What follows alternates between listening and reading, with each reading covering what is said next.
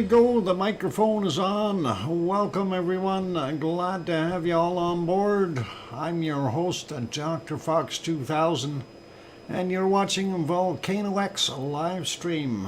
Welcome to everyone. Glad to have everyone on board today. And let's see what's happening. Well, I just switched, and I don't know if you guys noticed, but I switched the video out to the live shot from 4:46 this morning. So little quick change there. I don't know if anybody even noticed, but hopefully you did. Anyway, welcome to all of you. And Grandma B says hi. By the way, Grandma B, I got your email, no problem. Pretty funny, okay. And we will show it in a little while, along with the bacon seeds, so it's all good. Thank you. Actually, when I seen it, that did bring a smile to my face, so it's all good. And let's see, what else? We're going to say hello to those people that said hi real quick, and thanks, Grandma B and Sue, and Sharon saying, I hear you, Dr. Fox 2000. All right, and that's all good. Anyway, first person in today was Kevin Williams. And Kevin Williams gets the cookies. So that is awesome. I was busy and frantic at trying to figure out where my videos had disappeared to. Now, I have had a special folder on the C drive that is basically called the XSplit folder, or XSplit video folder, as well as an XSplit screenshot folder. And that video folder had magically disappeared. And of course, I had backed up a bunch of stuff to my other drive, to the D drive, just in case, because that one was getting full. The C drive was getting a little fuller. And I thought, okay, I'm going to save them there, move them over, make some space. and I take a look, and that folder was gone, and that was a little bit on the frustrating side. And I thought, oh no, here I've lost everything from the Siggy Fisher, all the captures that I did from all of that, and that was hours and hours of video. So I did kind of locate them, and I do believe they are all in my picture folder now. Apparently, somehow they magically got moved in there, and that other folder is no longer existing. So I got to figure out how to deal with it. And did it merge with it? Yeah, Sue. It dumped everything into the photos or into pictures, and I have no idea how it did that all by itself. Yeah, Seattle magic. Yeah, Henry, you're right. I'm sure that happened in one of the updates here just recently. Yeah, I still, Sharon, I'm still not going woohoo yet because I haven't had time to confirm that they're all there. I'm still hunting for other stuff, but I do need to get myself another thumb drive, well, I've got a couple thumb drives here that I think I'm going to back everything up onto as far as those videos are concerned, and all of my photos, because there's a lot of stuff there, and you can well imagine, you know, having done as much as I've done, that there is quite a bit of video data there. I'm sure there's enough to fill up several thumb drives. I do have the 128 gig thumb drives. I think I've got some that are 256. I didn't even look at them. Yeah, these are 128s. I got two of them right here, and then I think the other drawer I've got another 256. So I'm sure I can fill those up real quick. Doc, you agreed to it. You just what? Didn't see the fine print. Where was the fine print, Tom? I need a magnifying glass to see that. Yeah, I'm hoping that everything is there, so hopefully that'll all be good. Anyway, for those good people who are here, just to let you know, Piggy will not be in tonight. She is going to be resting. She has to go to court tomorrow. Piggy has to go to court. Yeah. And it's about a dog that was abused and thrown out. And no, she didn't do anything. She's innocent.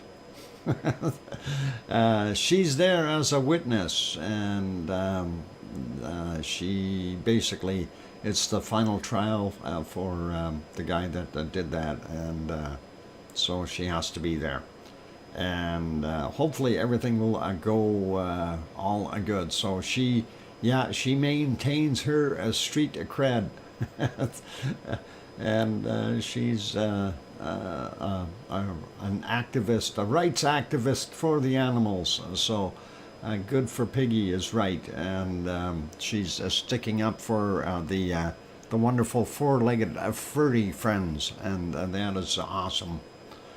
Anyway, yeah, so that's all cool. We'll get to saying hello to everyone in a few minutes. I did put the photo of today's thumbnail up for a little while for those people who may have missed it as they got here so quickly and didn't see it because the stream was already on. And I don't want you to guess yet, but you will be given a chance after we do bacon seeds. And I think it's going to be a stumper, and it's not as hard as yesterday, but it's still a stumper, so you guys will find out. It was a pretty awesome looking volcano. Put it this way, it was shooting up quite a bit as far as that lava stream into the air. And you keep that one in mind. A little bit more fun, and yeah, I think even Sue is going to have trouble getting that one. But I'm sure I'm going to be bombarded with the usual stuff, and we'll see what we get. I'm not going to turn around and give too much more info on it, but it is going to be some fun.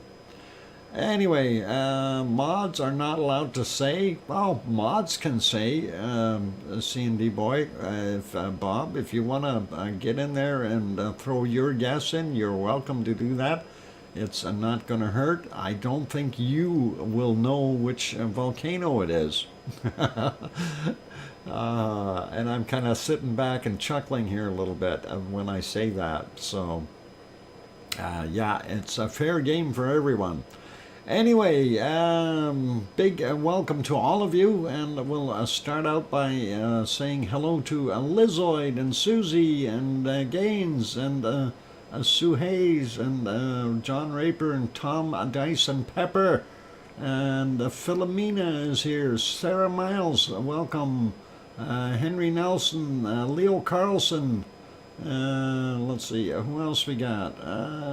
Those were the first batch that I seen right off the bat down on the bottom. Scrolling up, Sharon Stewart is here, Sarah Miles, Grandma B, and let's see, going up a little bit more.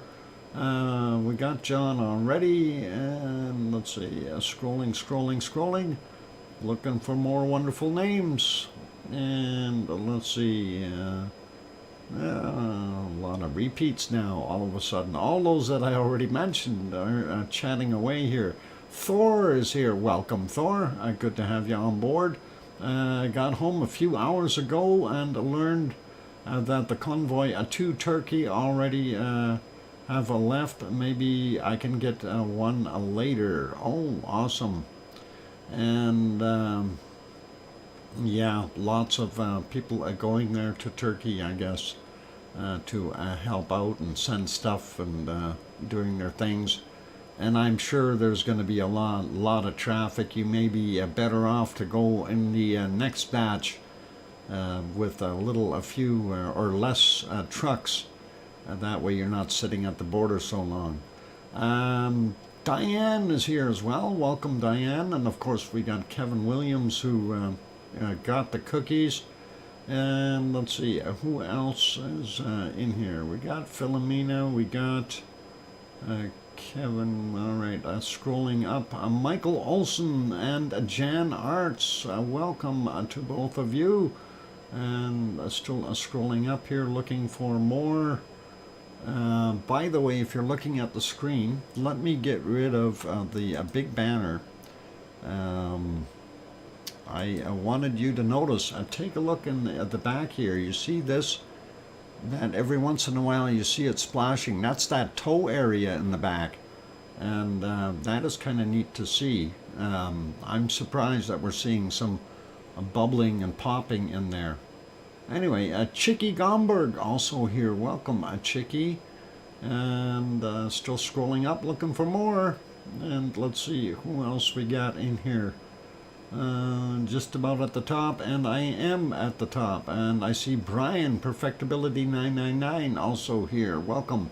And I don't see anyone else. That's it, all the way to the top. Who else did I miss on the bottom here now?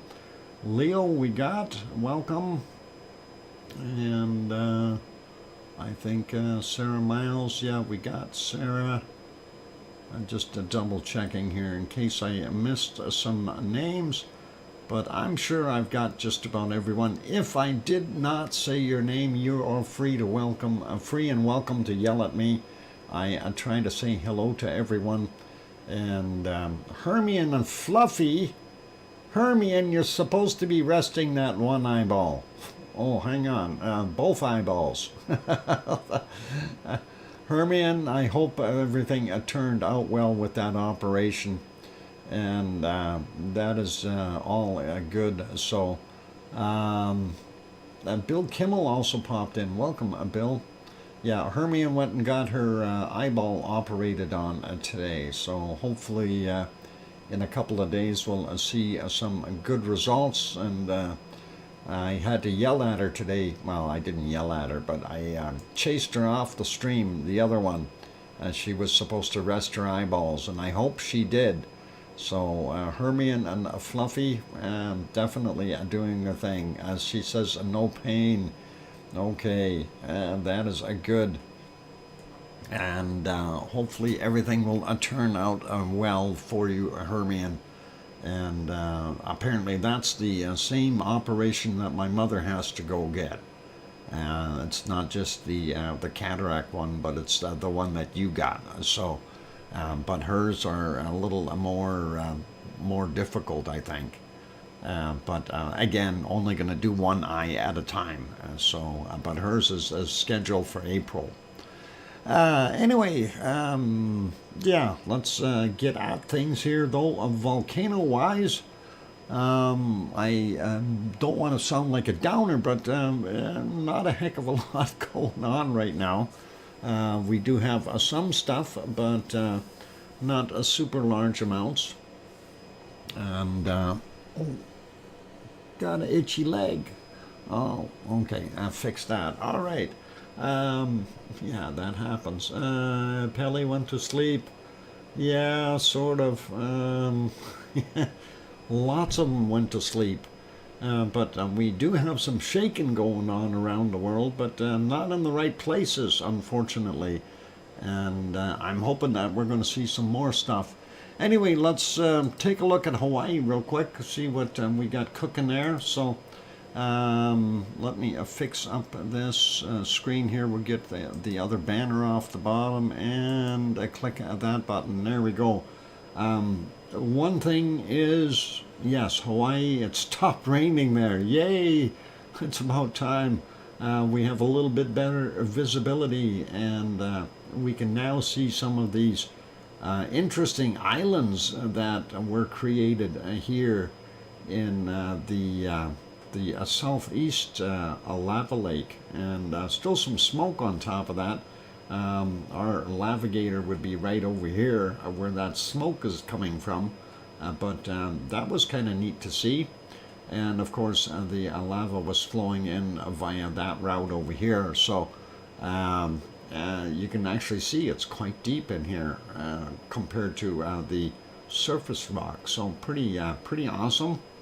And of course you can still see the outlines or little berms or damming that it did as it filled and cooled and retreated and that kind of thing. So that is what we're seeing there, or what we've seen right at 9:30 this morning. Let's refresh it, take a look at what it looks like right now.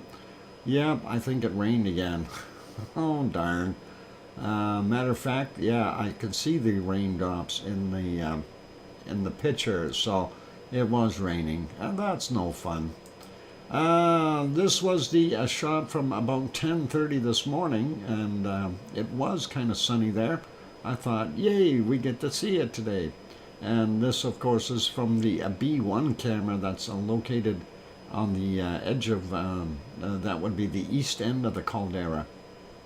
And, of course, the original event over here for the southeast would be about where that little smoke plume is over there, hiding behind our navigator. And there's that Pig Island over there, and all the actions on the other side right now. I'm sure if I refresh, it's not going to be a very good picture. Yeah, just as I thought. And if we take a look at from 1020, the thermal image, and this actually looked fairly clear. You do see where our original lava pond is there. The original vent would have been here, the west vent, and the Hornito we no longer see. We do see some very glowy spots down here in the bottom area, so obviously we've got some magma sitting underneath there, and that's kind of what we've got. So Interesting. And of course, this is where the other vent was, that central vent. And then our navigators over here somewhere. And I'm still seeing a hot spot over here, which is really kind of weird because we didn't see any lava coming out of that.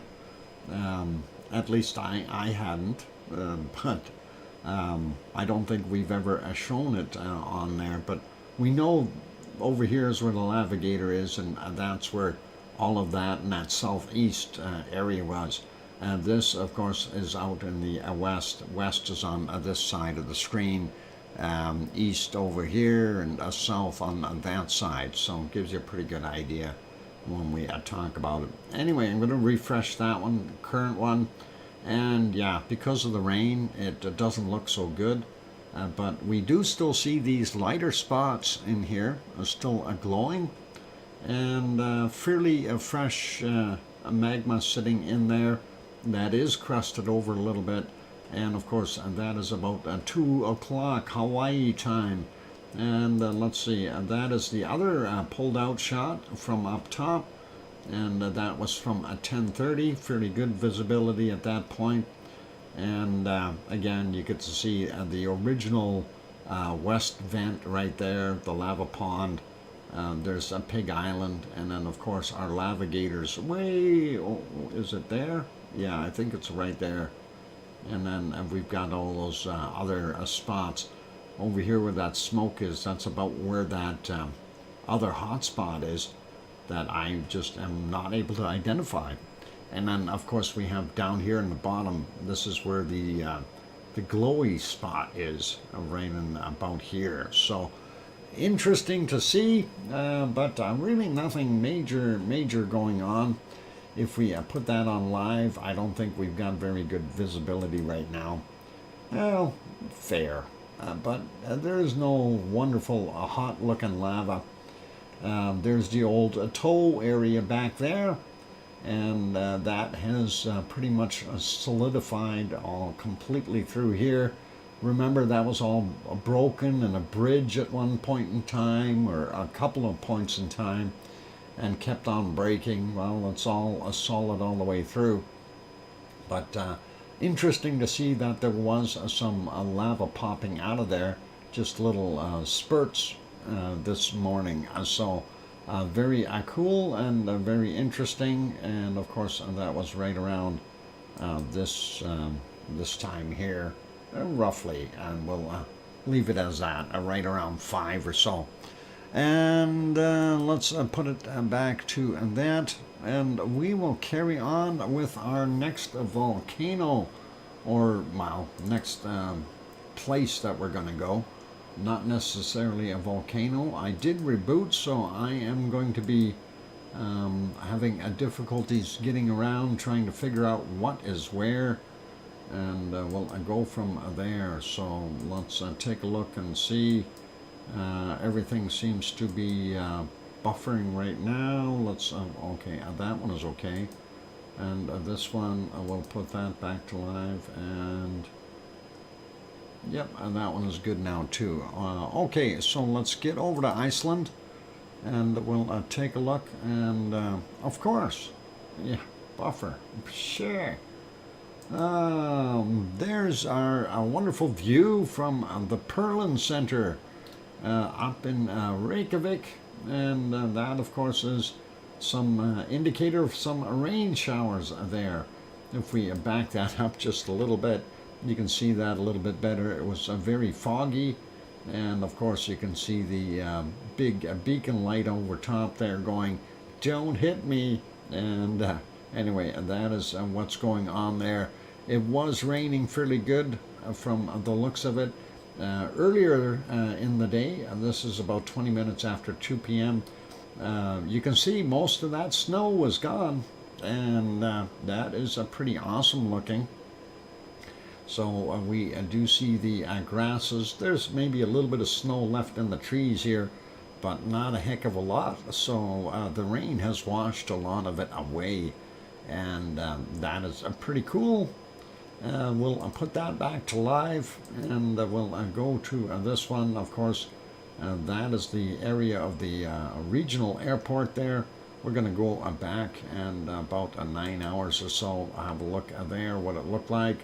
There you go, and there you can see the grassy area in front of the Perlin Center, and that is a pretty cool airport runways, and pretty awesome to see that.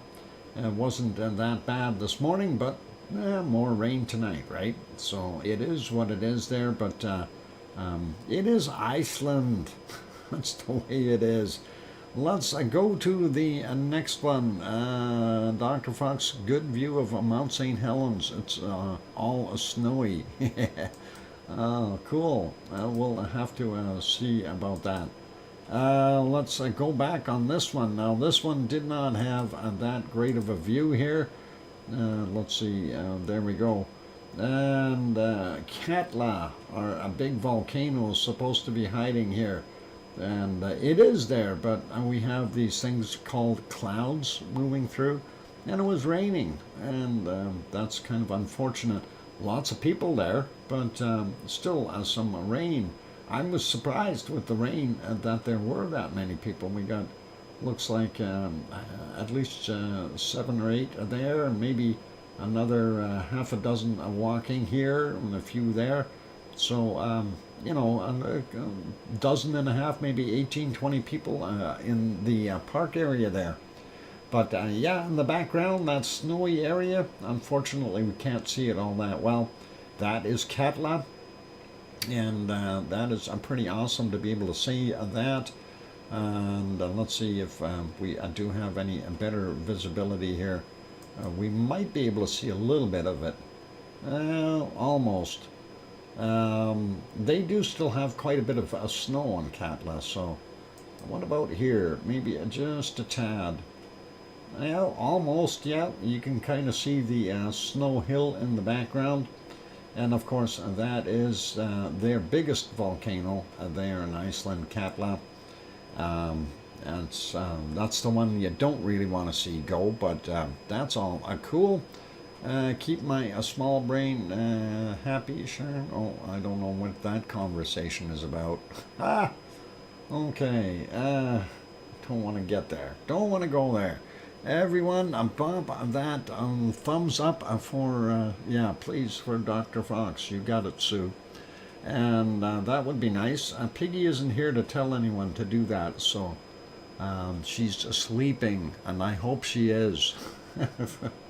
Anyway, that's what we're seeing right now. That's kind of what it looks like. So let's go over and see. Well, I'll leave it on live. Actually, I'm going to make those screens smaller again. And that way we save a little bit of horsepower, and we will go over to our harmonic tremor charts and take a look and see what that is looking like today. And then let's get on here, and there we go. I refreshed it, and of course you see a great big rise, and this is for Eruption, or FAF if you want to look at that chart. And it goes up, and just before noon there it drops back down. I guess about 9 o'clock or so, 10 o'clock, it dropped back down. We had a little earthquake, and then it started rising again. And it had another little earthquake there, and I'm not sure how close those would have been. But we do see it descending once again. So that is interesting, but not happy. We'll not worry about that one for a minute. I'm going to scroll up here, of course, because Askia is the one that everybody is going to say, hey, it's going to pop, it's going to pop. And remember, I said be optimistic, everyone. See what's happening. And of course, we see Askia went up, up, up. It had a fairly decent quake right at midnight or just after. And then another one a little bit later. And then down, down, down, down, down. All right.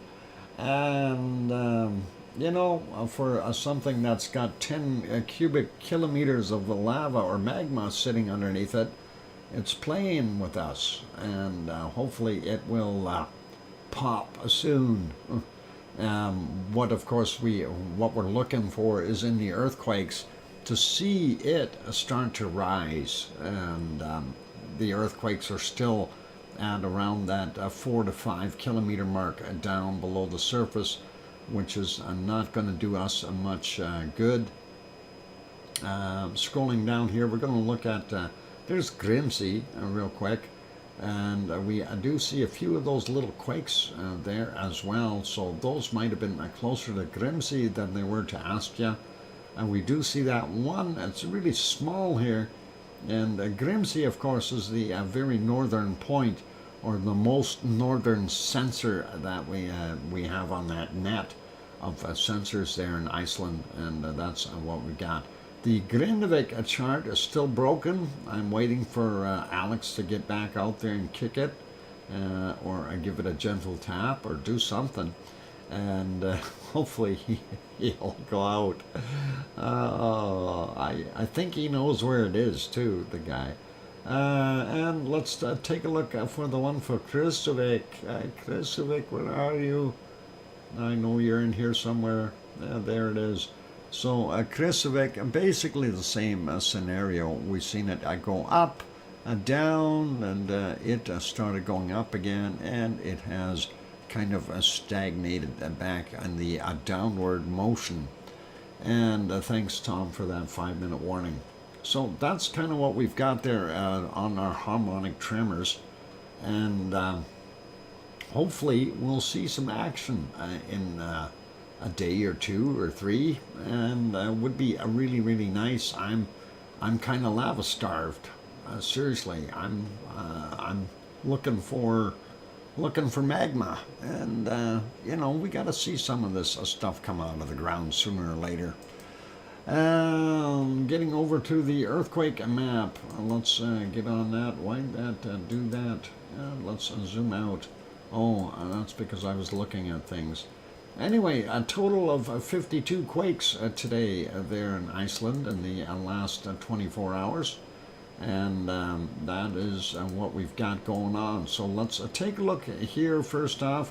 Our stuff that was all out here around Aldi and that area all seems to have disappeared, and we do have 3 on the peninsula here, and let's take a quick peek at those. We got a 0.81, 6.2 kilometers down, 1522 for him. And from 1530 we had a 0.91, 6.2 kilometers down as well. And then this 0.53, 5.4 kilometers down from 1625. And that is what we've got there. We don't see too much else right in the area. For those who aren't familiar with this chart, this is the capital city of Reykjavik. And of course over here is Keflavik, the international airport. Keflavik, Reykjanesbær, Yardvik, and down here is Grindavik. And of course the Blue Lagoon is right there. That's the Blue Lagoon and the power plant. And of course there's a hotel right beside it that Yvonne likes to stay at, apparently. And our wonderful Fragrantalfjall area, the one we were so happy with, of course, is this area outlined here, and you can see that outline. It's kind of a weird shape, but this is where Ragnar is, and the Siggy Fisher, and of course Geldingadarler and Meridalier, and then you got Nothaggy and Notcreeky valleys over there, just so you kind of get the lay of the land. Anyway, this is Kristuvik right in here, and we do have some quakes here. This is a brand new one, 2340, 6.6 kilometers down for that one. And we have a 2.11, and that is 7 kilometers down, 33 minutes after midnight. And that might have been that spike that we seen, because that was very close to that. We do have this from 39 minutes after midnight as well. 0.93, 5 kilometers down. And from 2:30 in the morning, a 1.3, 7.3 kilometers down for him. 0.4 from 1835, 3 kilometers down for that one. Then we've got a 1.12, 2.2 kilometers down from 1158, 1.3 in magnitude, 5.2 kilometers down, 708. We do see this one here, and that is actually very close to Hekla, and that is a 0.1, very small, 7.4 kilometers down, 2105. And then we see this one at Katla, and that is at 1022. It's a 1.98, and it's a surface quake, 135 meters down, and that is the size of Katla's caldera. So that's that big ice mound, and when we look at it, we look at it from over here somewhere, and in that general direction. Or is it over here? I don't know exactly where that lookout point is, but we look that way. Or maybe from here somewhere. It's pretty awesome though. Anyway, we will get to these other ones. It is break time, so we'll take a look at the stuff from right around Grimsvatn and onward after the break, and that includes Askja, and we'll go from there. So for those good people who are here, if you have not yet hit that like button, please do consider hitting the like, and that would be really, really awesome of you. Also, if you have, oh wow, Michael Olson throws in a $10 super chat. Thank you, Michael, and that is awesome. First super chat I've had in, I guess 3 days now, so thank you very kindly for that $10 super chat. Appreciate that. And I will go definitely use that for the Pepsi. And on that note, thanks, Michael, and I'm going to go do that break. Hit that like button if you haven't done that yet. Hit the subscribe button if you're enjoying the show and you want to see more, of course. You're welcome to do that. I know we have people in the Lurkers Lounge watching from afar. And you're welcome to hit that button, and don't forget to hit the bell notification. That way you'll always be notified when YouTube sends them out. And that'll be awesome. Anyway, I'll be back in 5, 6, or 7 minutes. Don't go away. Keep smiling. Play nice in the lava.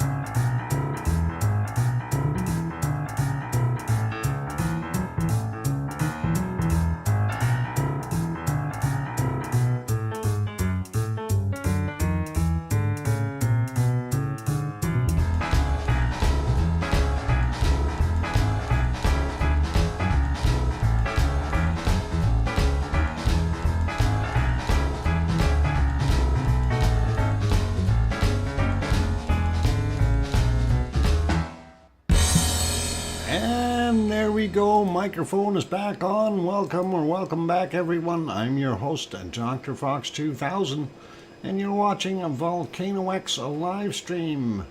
And thank you for the welcome back from Mona, Alfano, and welcome. And John, thank you. And Sue, and Wonky Donkey is here. Thanks for the welcome back, and thank you. Henry and Grenzed also here. Welcome. And thank you, everyone, and I do appreciate that.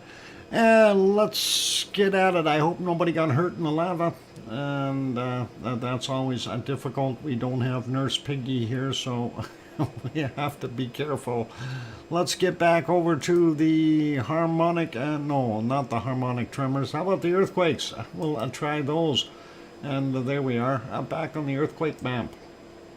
And let's, before we go take a look at the ones at Grimsvatn, let's take a look at this lowly 1.8 up here all by itself, 5.2 kilometers down from 1631. So that is pretty awesome.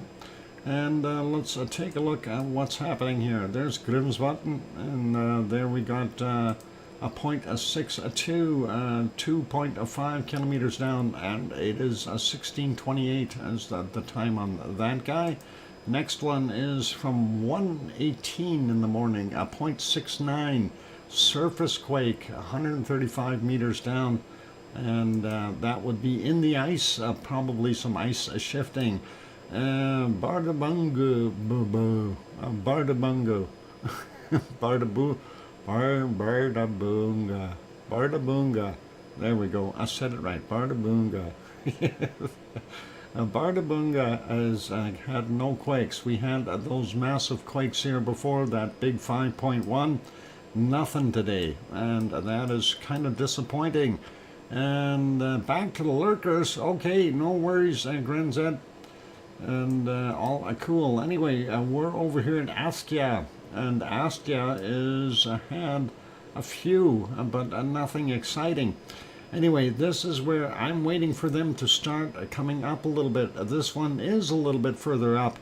This is a 0.5 and 2.5 kilometers down. This morning I was looking at them. Most of them were around the 5 kilometer mark. So 2.5 is a little shallower. Let's see what the other ones are. This was from 21 of 24. This one is 3.9 kilometers down, 0.05, very small, 1543. This one here, of course, 4.4 kilometers down for that one, and 2:54 a.m. Then we had a 0.53, 4.9 kilometers down from 4:37 this morning. So nothing there that's going to make me too panicky yet. Although I do like this one at 2.5 kilometers down. We'll see if they come up a little bit higher and see what happens. Over here at the Herdebreit, and we do see these guys here. 0.61, 5.8 kilometers down, 11:26, 0.2. And that is 8.6 kilometers down, 11:26 as well. Then we got a 0.46, and that is 4.4 kilometers down from 14:45. We got this 0.5, 1.7 kilometers down from 22:31, and a 0.6 from 3.5 kilometers down, 22:27. Going up a little bit, we see a 0.3 all lonely by itself, 5.2 kilometers down from 2:03 a.m. And let's see, what else is there? We don't see anything until we get to about here, and that is a 0.8, 1.1 kilometers down from 17:39. We have this guy, 0.54. And remember, we were getting that big swarm in here before. Only one little quake, 9.5 kilometers down from 16:03 for him. Then we've got a 1.1, 8.1 kilometers down, and 20:59 was the time on that. Then we see this mess right beside the island of Grimsey. And yeah, what an adventure. We've had this before. And that is always interesting when that happens. Anyway, this 2.5 looks like about the biggest one out of the lot, and that is 11.8 kilometers down from 1717. Then we've got another one, same time. Oh, that's a matter of fact, it's the same one. How about this one, 1727? And 1.3 is the magnitude, 12.1 kilometers down. Next one over 1.6, and that is 10 kilometers down, 1717 again. This one is from 2126, 1.6, 8.9 kilometers down, just about 9 kilometers. Anyway, 1739 for that guy, 1.8, 10 kilometers down for him. Another 1.8, 7.8 kilometers down, 1739. And then we've got this one from 1710, 1.3, 5.4 kilometers down. And another 1.5, 2.9 kilometers down from 15 minutes after 5 p.m. or 1700. And then we've got another magnitude 1.1, 5.3 kilometers down from 1727. And this one is a 1.9, 1.1 kilometers down from 1716. And let's see if we can get rid of him, and we'll get to the next one here. 1.7, 7.7 kilometers down from 2038. 1.3, 5.2 kilometers down from 1639. And then we'll grab these stragglers first here. 1.9, 1.1 kilometers down, 1713. And this 1.5 on the other side, really deep, 24.3 kilometers down from 2036. So if we zoom in a little bit, we'll get these other ones here. 1.5, 6.2 kilometers down from 2210. And then we have this one from 2216, 1.6, 6.2 kilometers down. We've got this one, 1.5, 5 kilometers down. And that is from 2038. And we are going down a little bit more. These quakes are fairly small, some of them, but that's okay. 0.6, 5.2 kilometers down from 2110. Then we've got a 0.3, 5.2 kilometers down from 2157. And this one here is 0.3 from 2147, 5.2 kilometers down as well. And a 0.4, same depth at 2224. So that gives you those ones right near Grimsvatn, or sorry, Grimsey, not Grimsvatn, the island of Grimsey. And I thought there was a couple more. Yeah, there is up here, 2.3 in magnitude, 18.7 kilometers down from 1758. And this one up here from 758 as well, 2.8, 4.7 kilometers down. And that's our quakes for Iceland today. And that is pretty cool. And we'll see what else we've got going on here. So, let's see. Chloe, welcome. Glad to have you on board. Chloe likes horses. Donkey, you stay away from Chloe. Careful, Chloe. That wonky donkey is wonky. And anyway, just giving you the heads up, okay? Anyway, let's. I'll be kind to the donkey. Yeah, don't be too kind to him. He does bad things. He steals tires off of people's cars and all kinds of bad stuff. So sometimes we have to treat him a little bit different. Oh. Anyway, let's go over to our next place of enjoyment. Yeah. Yeah, let's go over here. And, yeah. Oh, I like Chloe. Uh-oh, wonky donkey, you behave. We're going to the Azores. Apparently that camera froze at 1800. This is, of course, on the island of São Jorge, or São Jorge, if you say it in Portuguese. There's our little harbor. This is a daytime shot, so I don't need to do anything else with it. I'm going to try refreshing that, see if it actually does.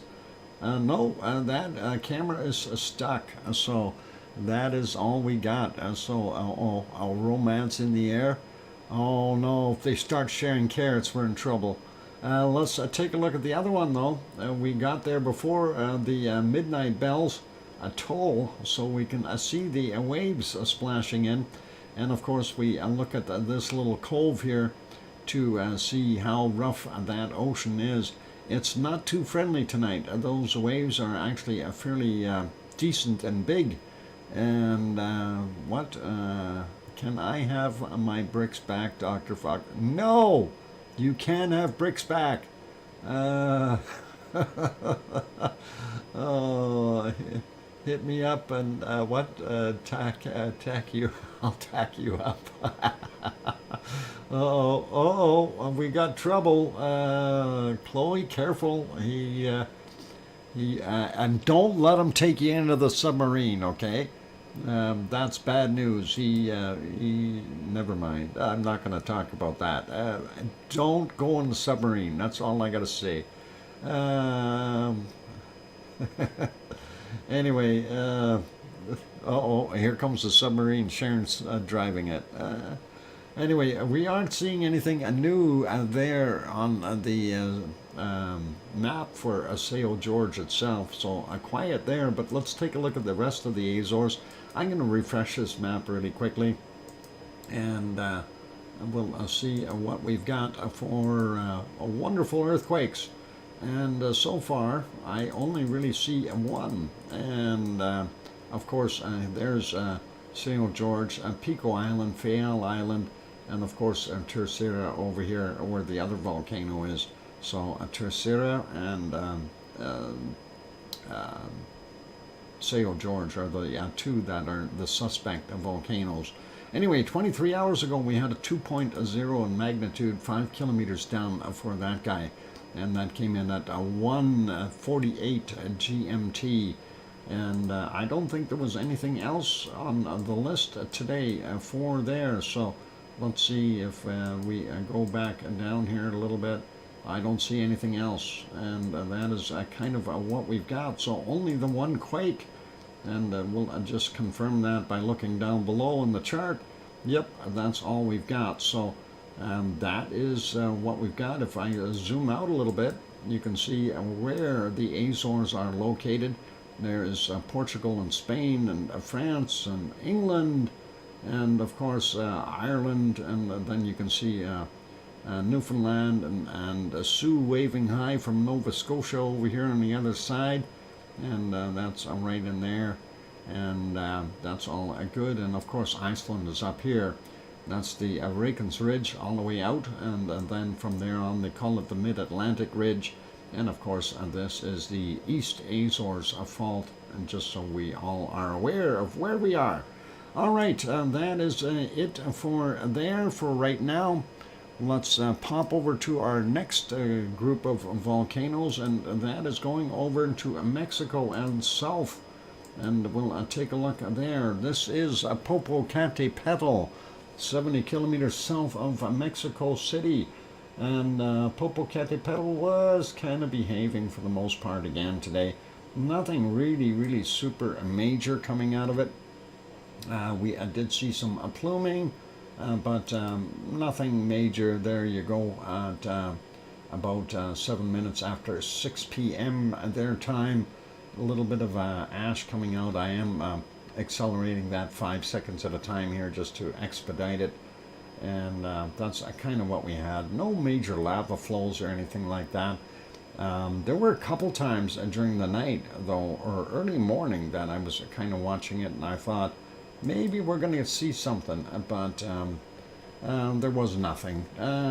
Just after 3 p.m. Their time in Mexico, it puffed this little puff out, but again, nothing really super major. You know, these are small little puffs that this thing is taking on occasion, and I want to see if we can get back to the ones in the wee hours here, and it looks like it's letting us go back fairly far again, which is really nice.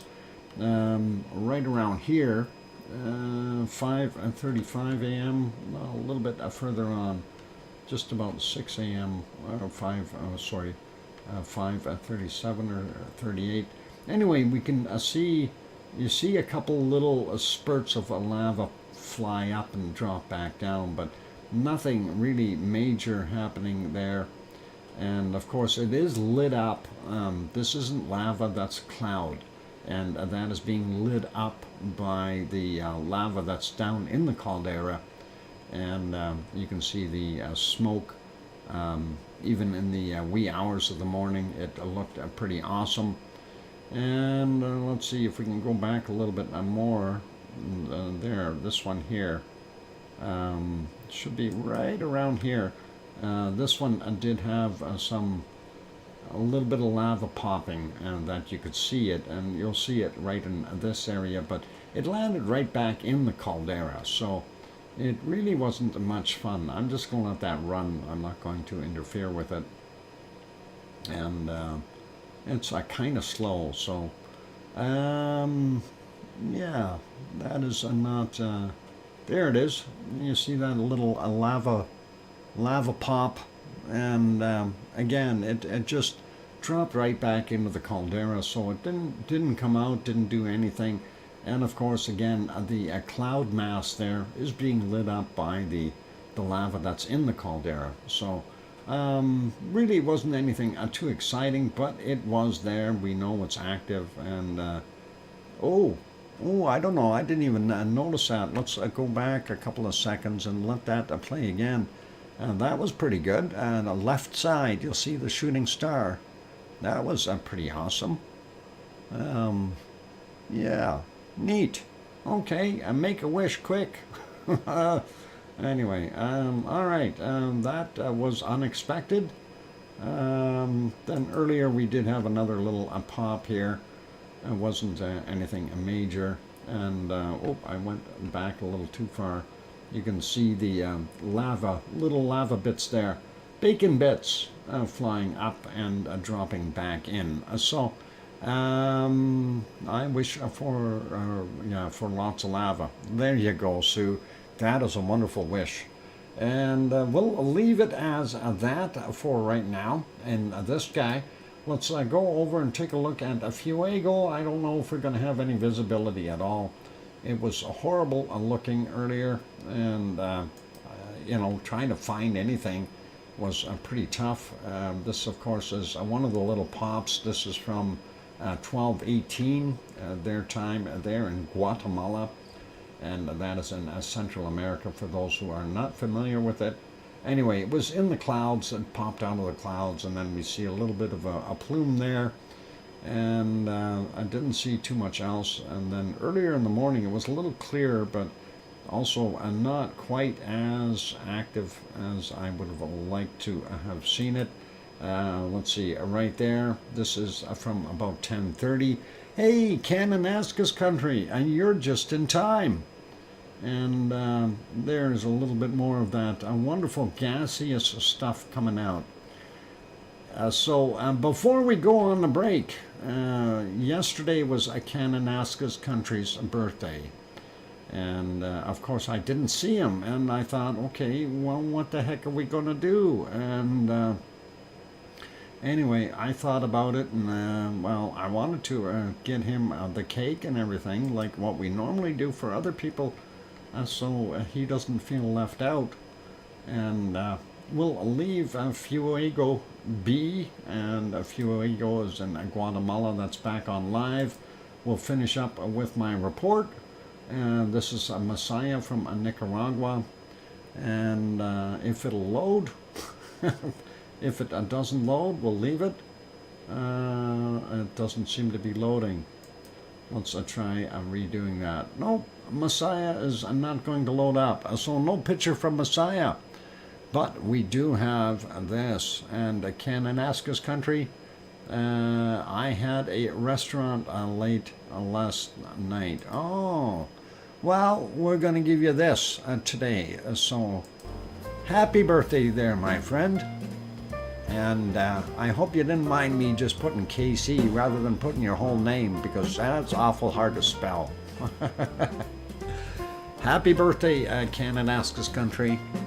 And the any name here is where I wanted to put that, but I hope that's okay for you.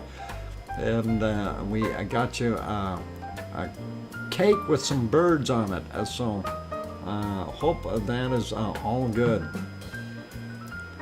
And you are very welcome, Kananaskis country. Since you are part of our wonderful lava family, I figured it is fitting to have that happen. And yeah, go ahead and blow those candles out if you want. But I'm not going to sing. You can blow those candles out. Try it.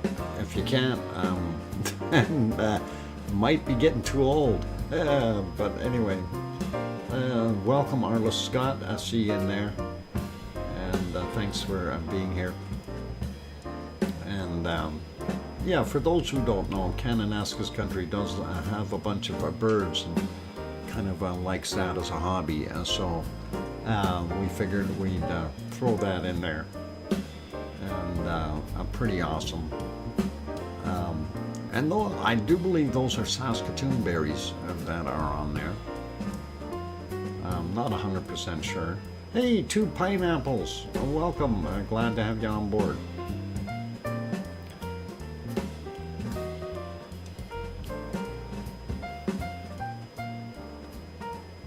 Just a quick hello, and I'm off to make a supper. What you making us, Arliss? And welcome, 2 pineapples. Good to have you on board.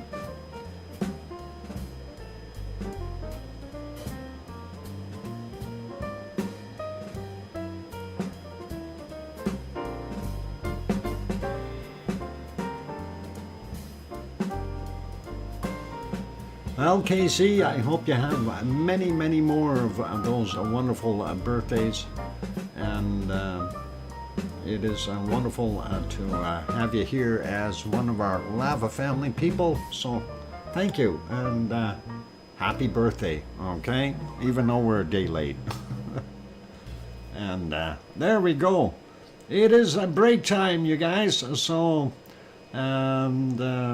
yeah, aloha to 2 pineapples. I'm going to put this back on, yeah, you're welcome, Kananaskis country. And I'm going to put this back on our can, well, it's not canned lava, it's lava from this morning.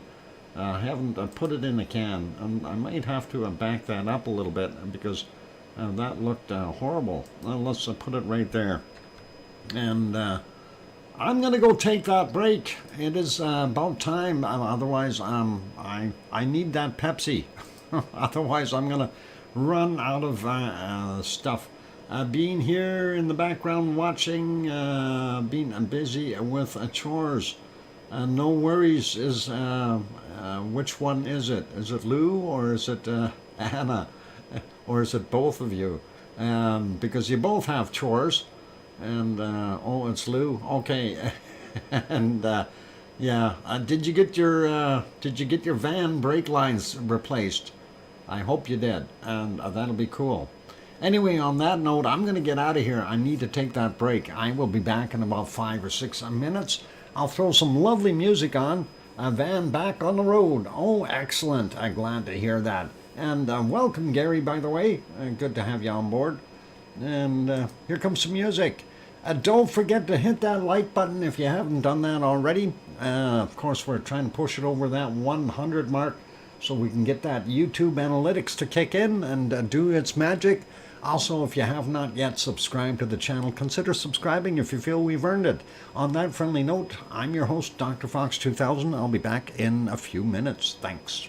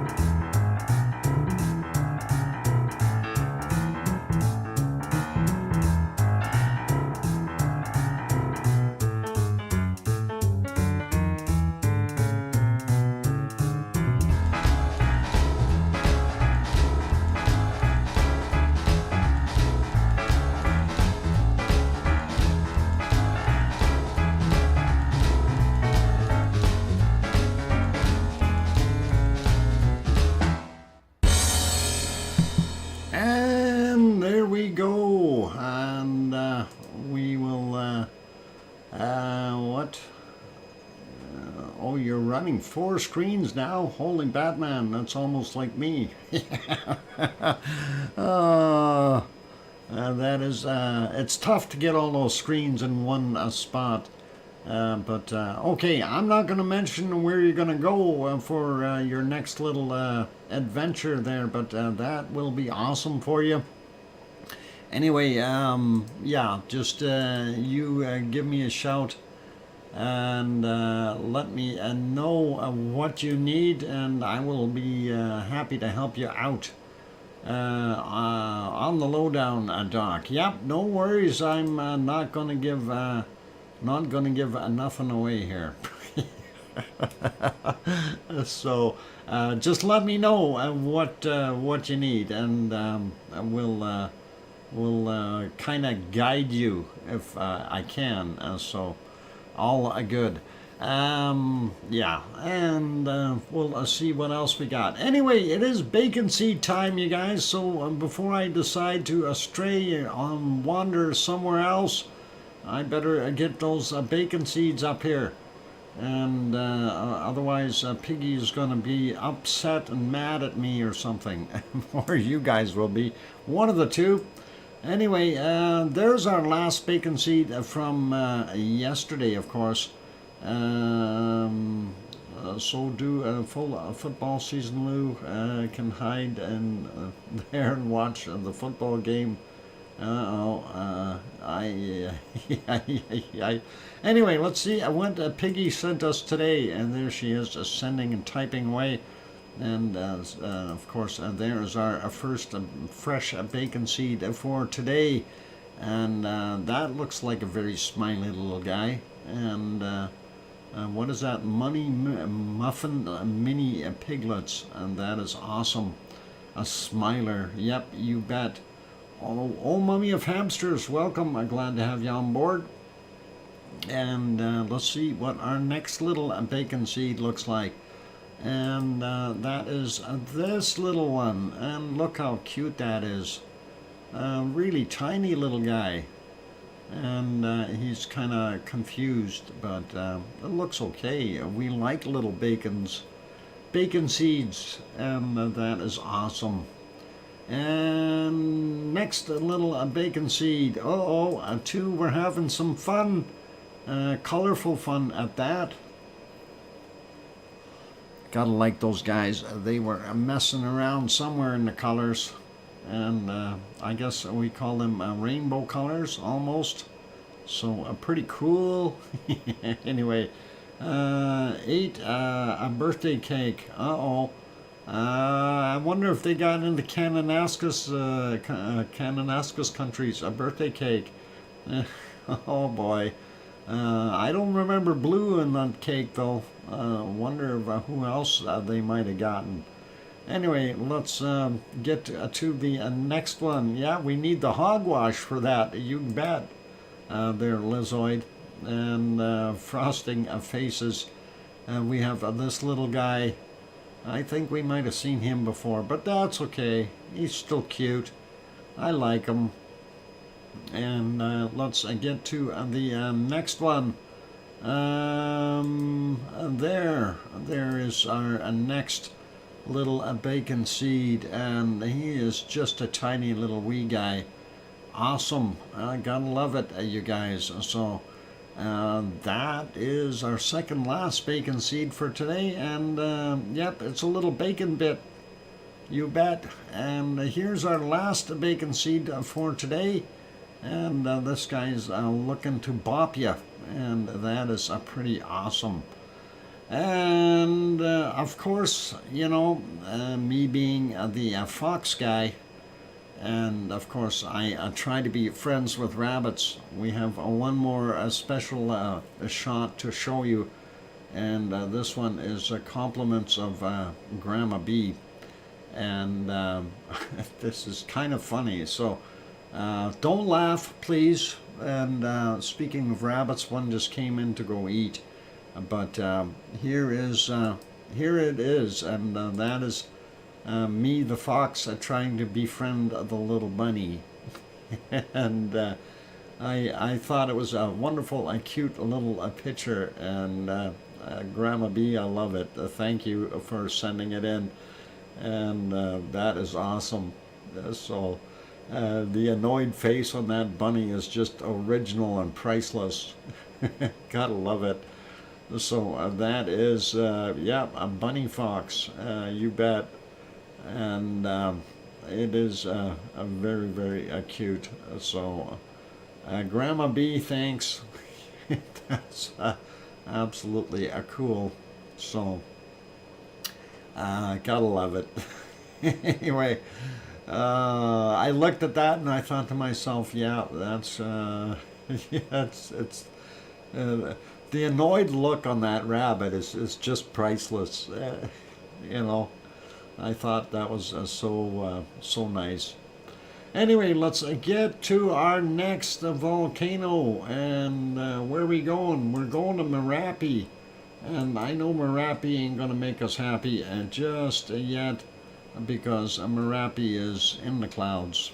And there's a Merapi right there. Not doing so good, and that is unfortunate. So if we go back a little bit, we do see Merapi come out of the clouds for a little while, but at a distance. If we do that, zoom in a little bit there, you know, it doesn't, it's a daytime shot, 7:10 a.m. Of course, we can't see it too well, even with the clouds. And then earlier the clouds moved back in and gave us a kind of that view, which wasn't very happy. But I'm trying to get back to where there was a couple of spots where we see a little bit of glow up top here. This isn't the one that I really want, though. There's another one here that we seen earlier. Actually, there's a couple. So we had this one here at 3:54, and we seen the glow up top. And unfortunately, the clouds are sitting right on top of it, messing us up, and that is not so good. And I'm trying to get to the other spot here that I really wanted to show you guys, and that should be right around here. Let's just advance it from here. And I don't know if we're going to be able to see what's going on up top here. That looked like a very, very heavy cloud. But take a look at this. You see it lighting up over there. And you'll watch and see what happens down on the bottom here. And see all that lava starting to come out. And that is, well, you don't see it yet. You'll see it in a second. There it is. It's pouring out of there. So we had a sizable eruption. And unfortunately, the clouds were in the way. You know, it's the way it is. Merapi was trying to make us happy, but the clouds didn't want to agree with us. So pretty nasty and not good. And hopefully things will get a little better in the future with Merapi. Mind you, once they get out of the rainy season, I think it'll be a little easier for us to be able to see it again. But right now, that's kind of what we had. And that was actually a fair amount of lava that was coming out of there. And we did have that happen several times, not just once. This one was at 3 a.m. at their time. And if you can look there, you do see the lava coming out in multiple spots. So, oh, guess the volcano. Oh, yeah, we forgot about that. We're going to do that in a second. We're going to get there. I want to show, we'll finish up with Merapi here real quick, and then we'll do Guess the Volcano. And anyway, here's the next one. The lava came out a little bit. The cloud moved up a little bit, and you could see the lava a little bit more. And you see how bright it was. So very, very cool and very awesome, and I did like that. So we'll take a look actually, I think I'll pause that. Well, no, we'll let it finish here and give it a few seconds. Very hard to see it though, but there was a fair amount of lava coming down the hill at that point in time. So, and that's descending quite far, considering the top of the mountain is way up here somewhere. So that's a long distance for it to travel. Pretty cool. And I didn't think we had anything else earlier. It looked pretty cloudy up top there, and some lightning in there. You can see that, and that is about it. Let's go over to the other one. We did want to show you the shot of the day. Hang on, where did I put that now? Wasn't in there. I thought it was in here. No.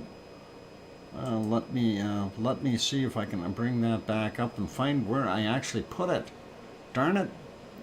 Well, hang on. Let's drop it here on top of a Merapi, and that's okay.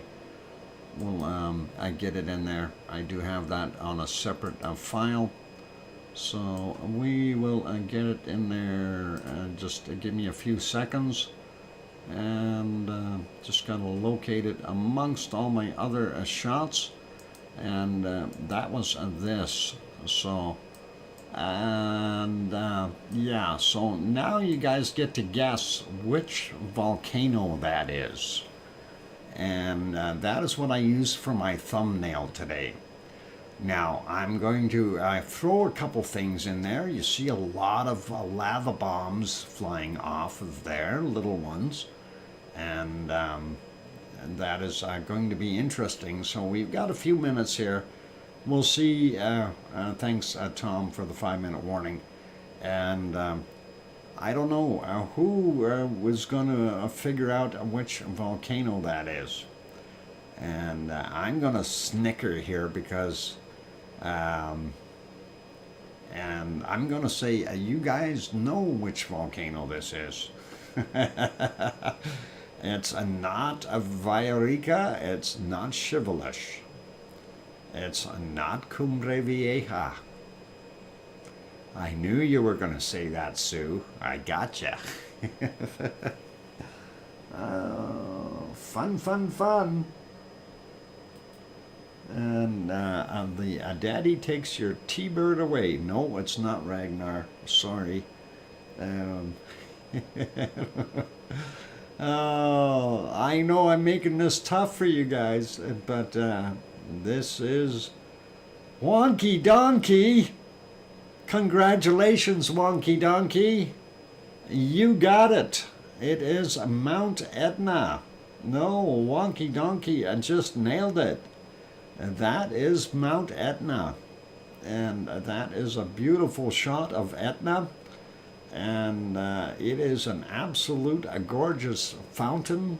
When I seen that picture, I thought this for sure will throw you guys for a loop, because the first thought that came to mind when I seen it was that it was going to be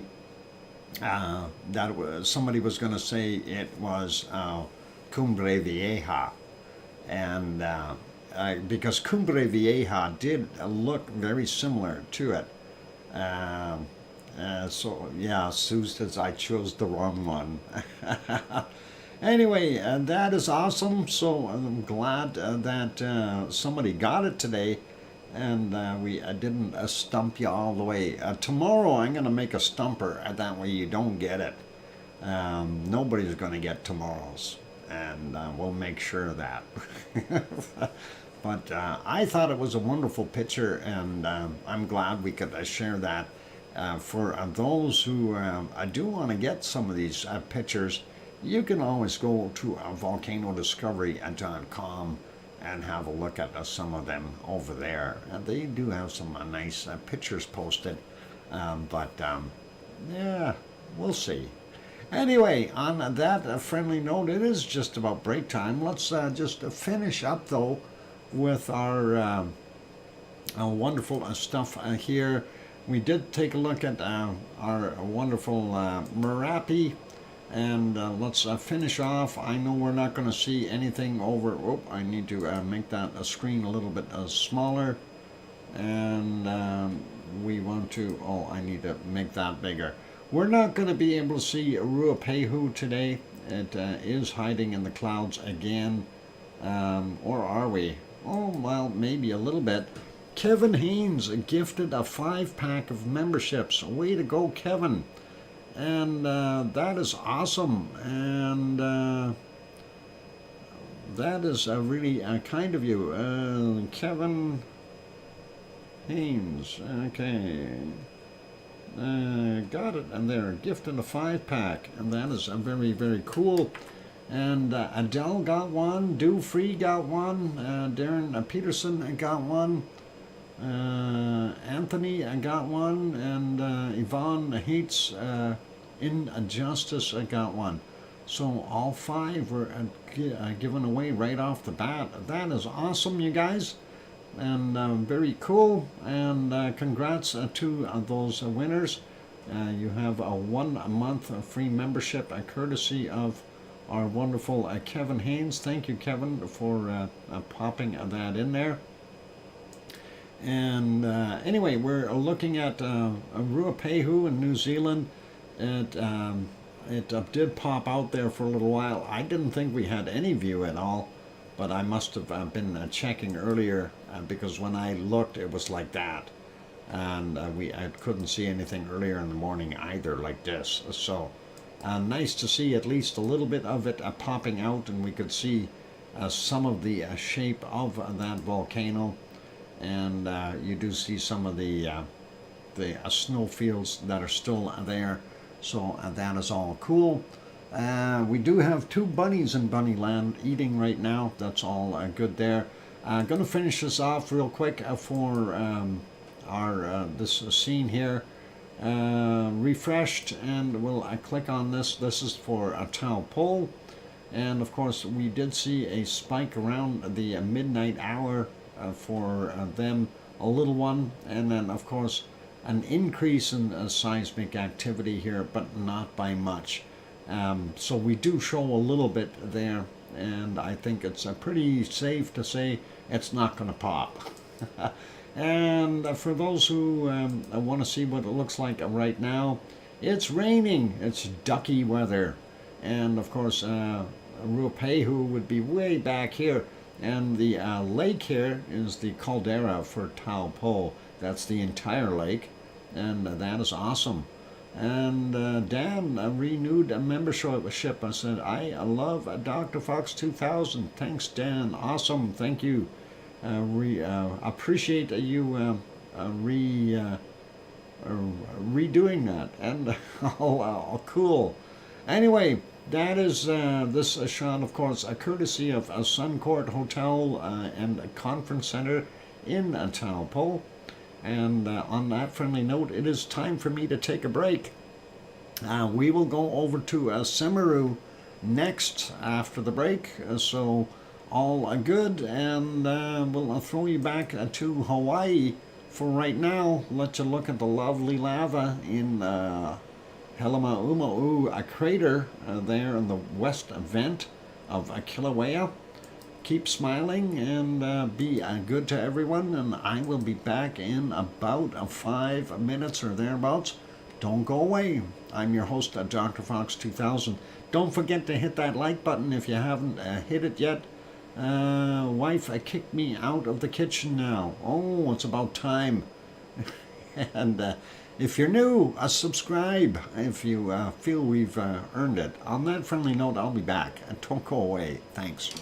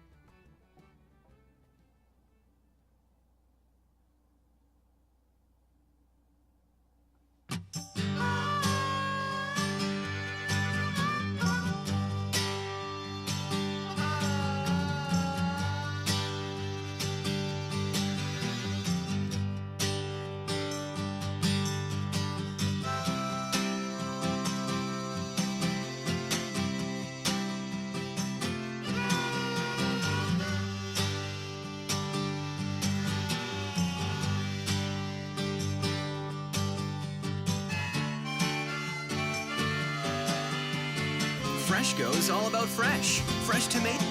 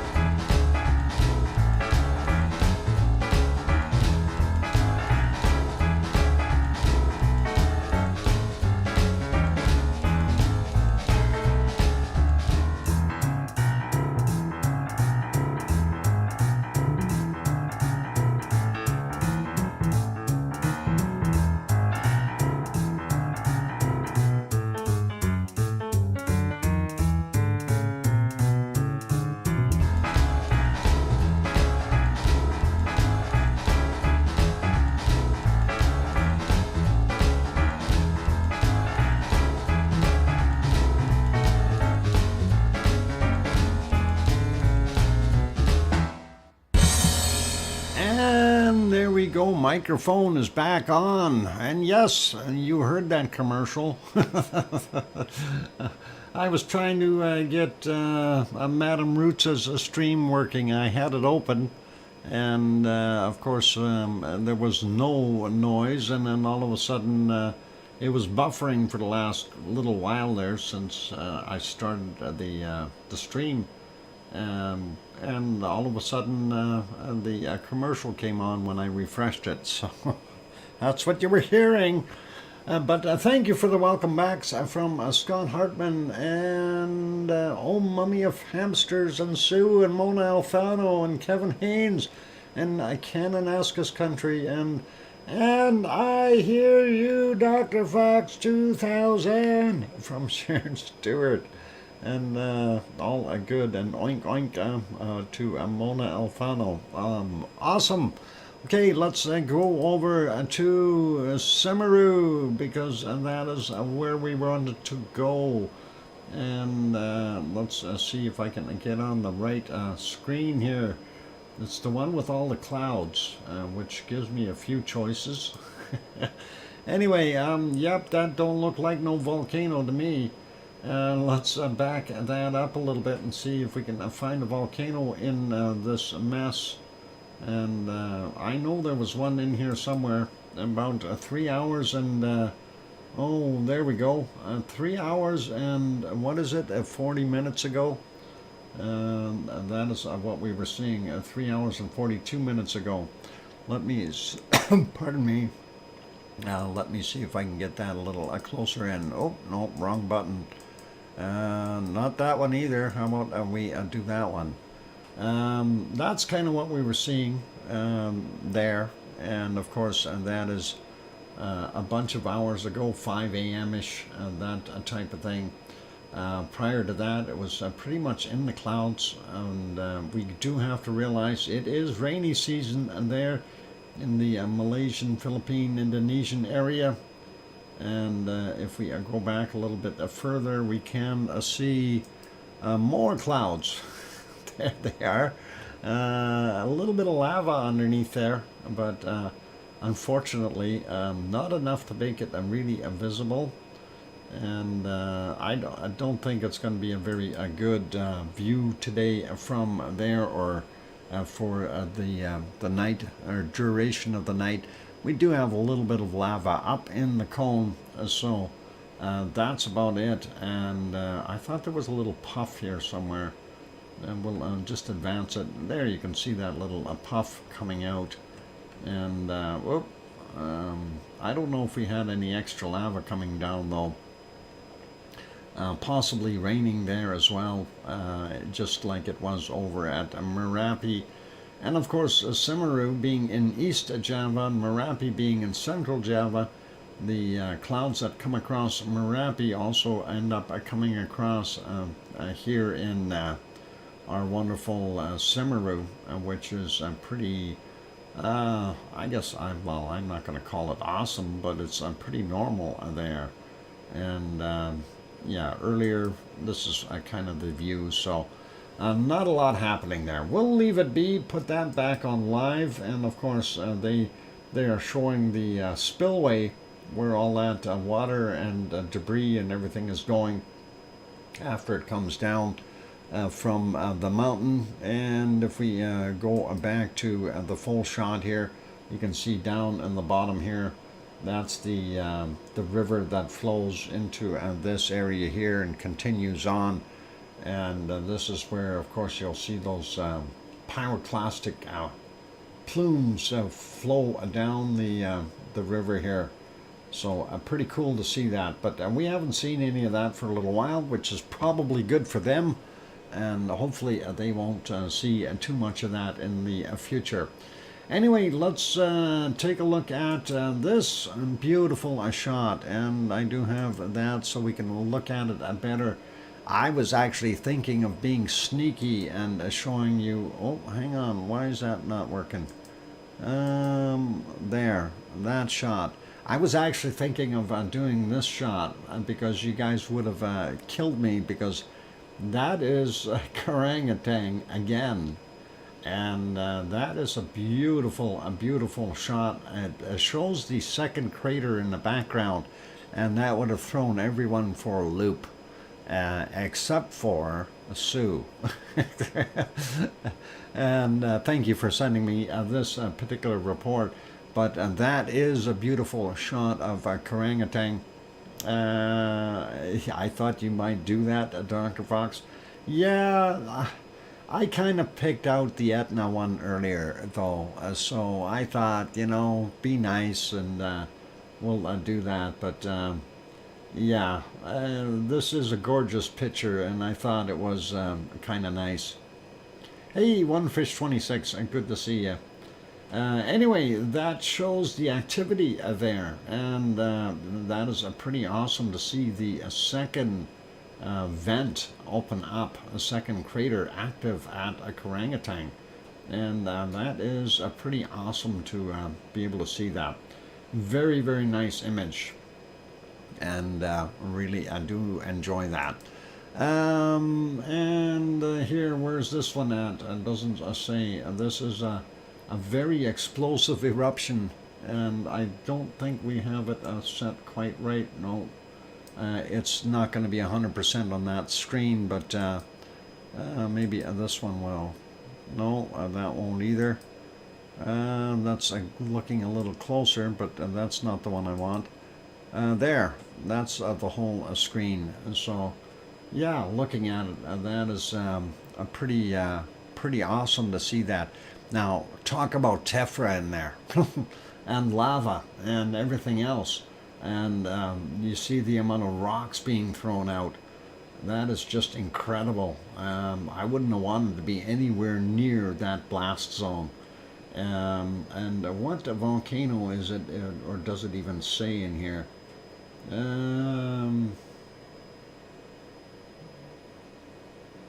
No, it doesn't actually give us the name of the volcano.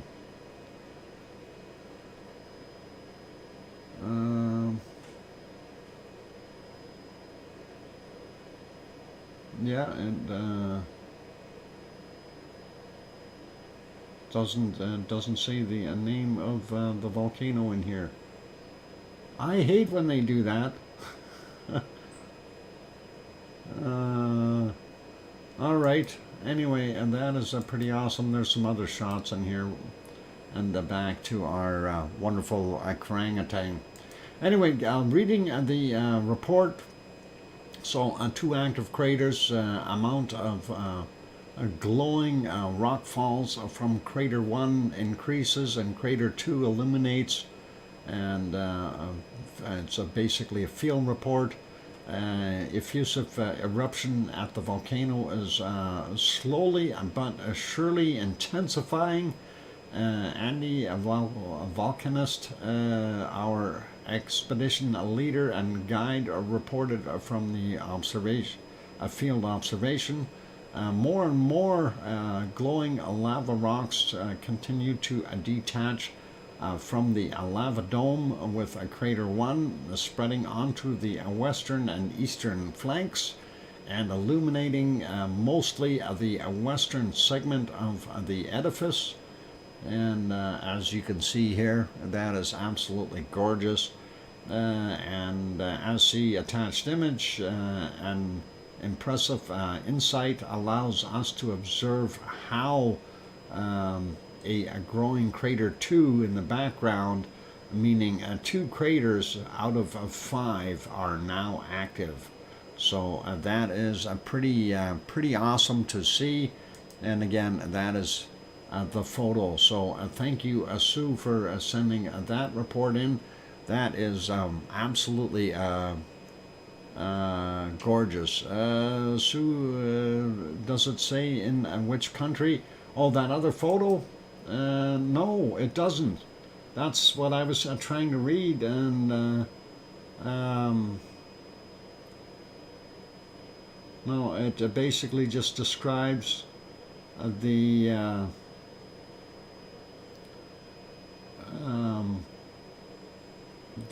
blast. That's all it does. Let me see if I can see that on. Hang on, if I go. I don't see it on my page for some reason, so let me see if I can cheat here a little bit, and let's try that again and see if I can do that. Click on here, click on there. Oh, it's not allowing me. Oh, I got to go back now. No, it doesn't tell me on the bottom either. So I was looking here.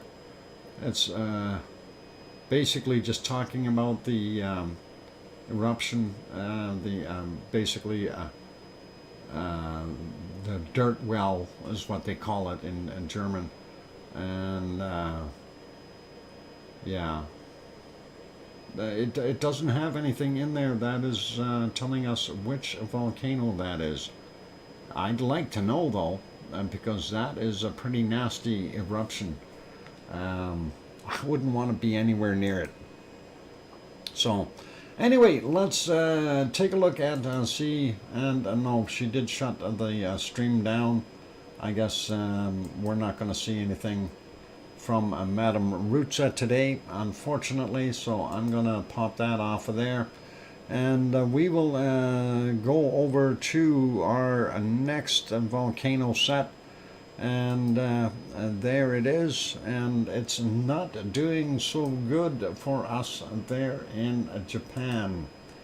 And that is what we are seeing. The ice cream boat is in, if that's any help for anyone who wants ice cream in the rain.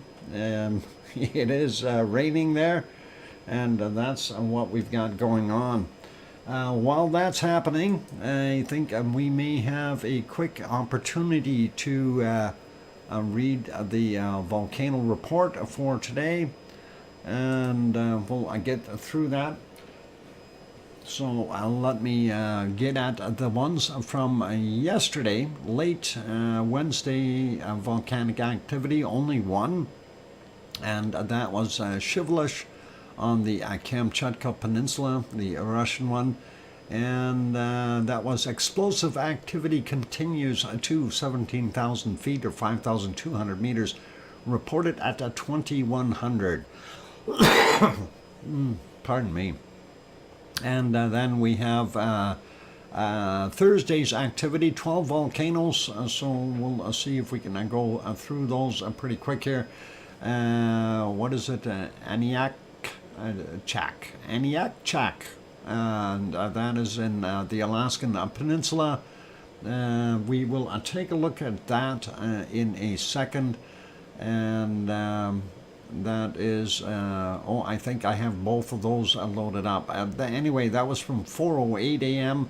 and the Trident volcano, I also have that loaded up. We'll get to that. That's from 4:25 a.m. We'll look at those shortly. Sabancaya in Peru, intermittent emissions reported at 5 a.m.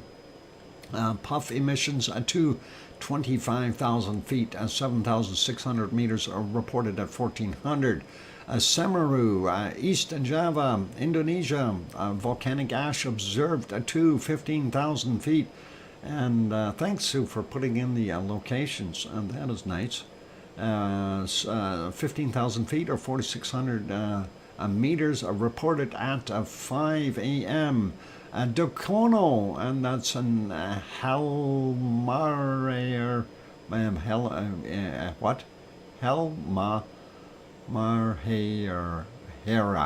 Halmahera, I don't know if I said that right. Indonesia.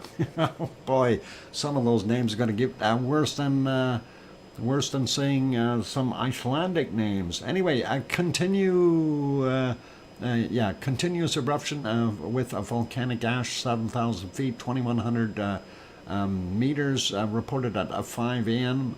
Shivlish, the Kamchatka Peninsula, volcanic ash to 15,000 feet or 4,600 meters at 5 a.m.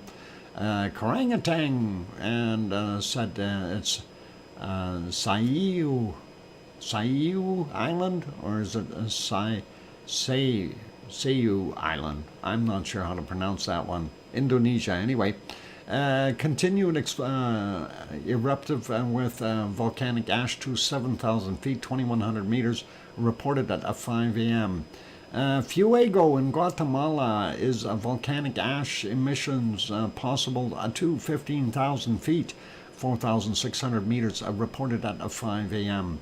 Sangay volcano in Ecuador is got a volcanic ash possible to 21,000 feet or 6,400 meters, reported at 5 a.m. as well as 1330. Suwanosejima erupted to 7,000 feet or 2,100 meters, reported at 5 a.m. Reventador in Suwanosejima is in Japan. Reventador is in Ecuador, and that is volcanic ash emissions observed to 15,000 feet, 4,600 meters, reported at 5 a.m. as well as 11:30 a.m. and same heights. Popocatépetl in central Mexico, 70 kilometers north or south of Mexico City. Sporadic emissions of volcanic ash are reported at 9:45 a.m. And of course, we already looked at the extra goodies that were coming out of that, little lava bits.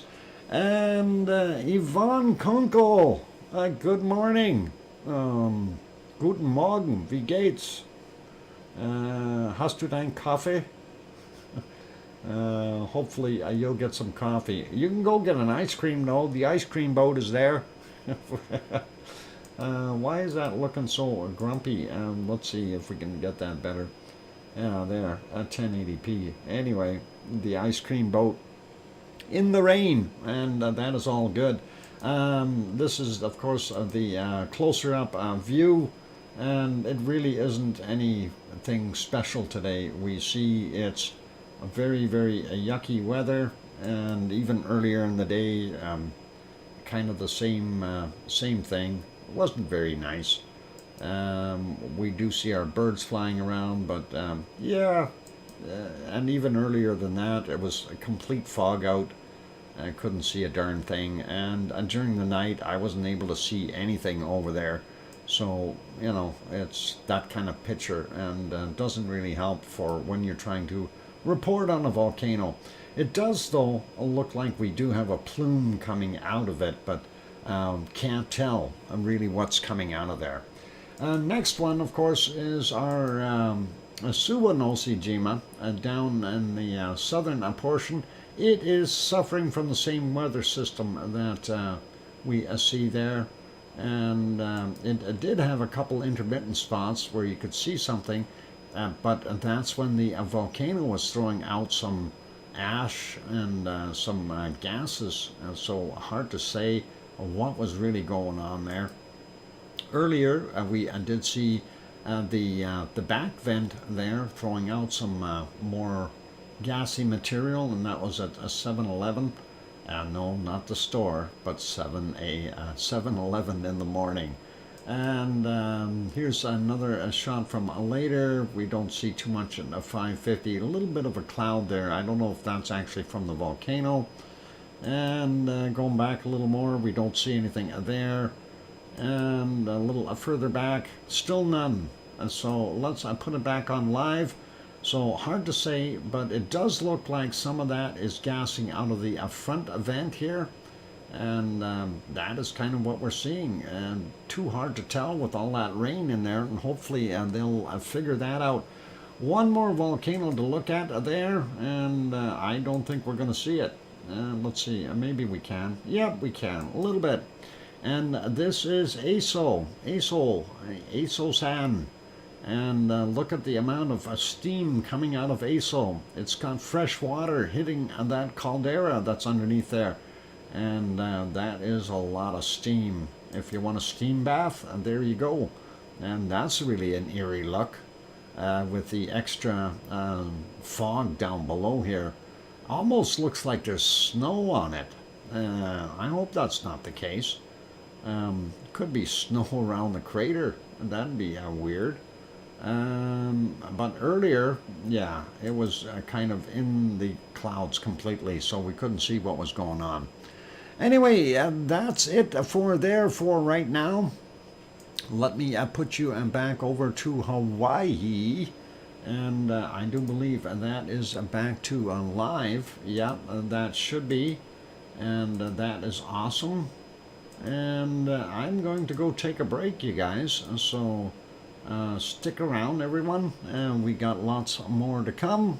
And, well, we've basically covered our basic volcanoes. So we're going to have our earthquakes. We're going to look at those, all kinds of things. And we'll do our things. Best informative output of volcano, Dr. Fox. Okay, cool. And yeah, let's do that. Oh, yeah, we're going to do the Trident, and yeah, after the break, we'll do a trident. And let me get that ready so I don't forget to do that. And I got a trident and the Aniak chuck ready to go. So we'll take a look at both of those after the break. So those are on my screen. I won't forget them. Anyway, for those good people who are here, if you have not yet hit that like button, do hit that like and help us out. Trying to get over that 100 mark. I'm seeing 92 on my screen. You're probably seeing 93 on yours, but YouTube always shorts me one for some reason. And for those good people who have not yet subscribed, consider subscribing if you feel we've earned it. On that friendly note, I'm your host, DrFox2000. I will be back in about 5 or 6 or 7 minutes. Don't go away. Thanks. And I am turning the mic off. If you do hear commercials in the background, that's me just looking for other stuff. Going shopping. Anyway, I'll be back.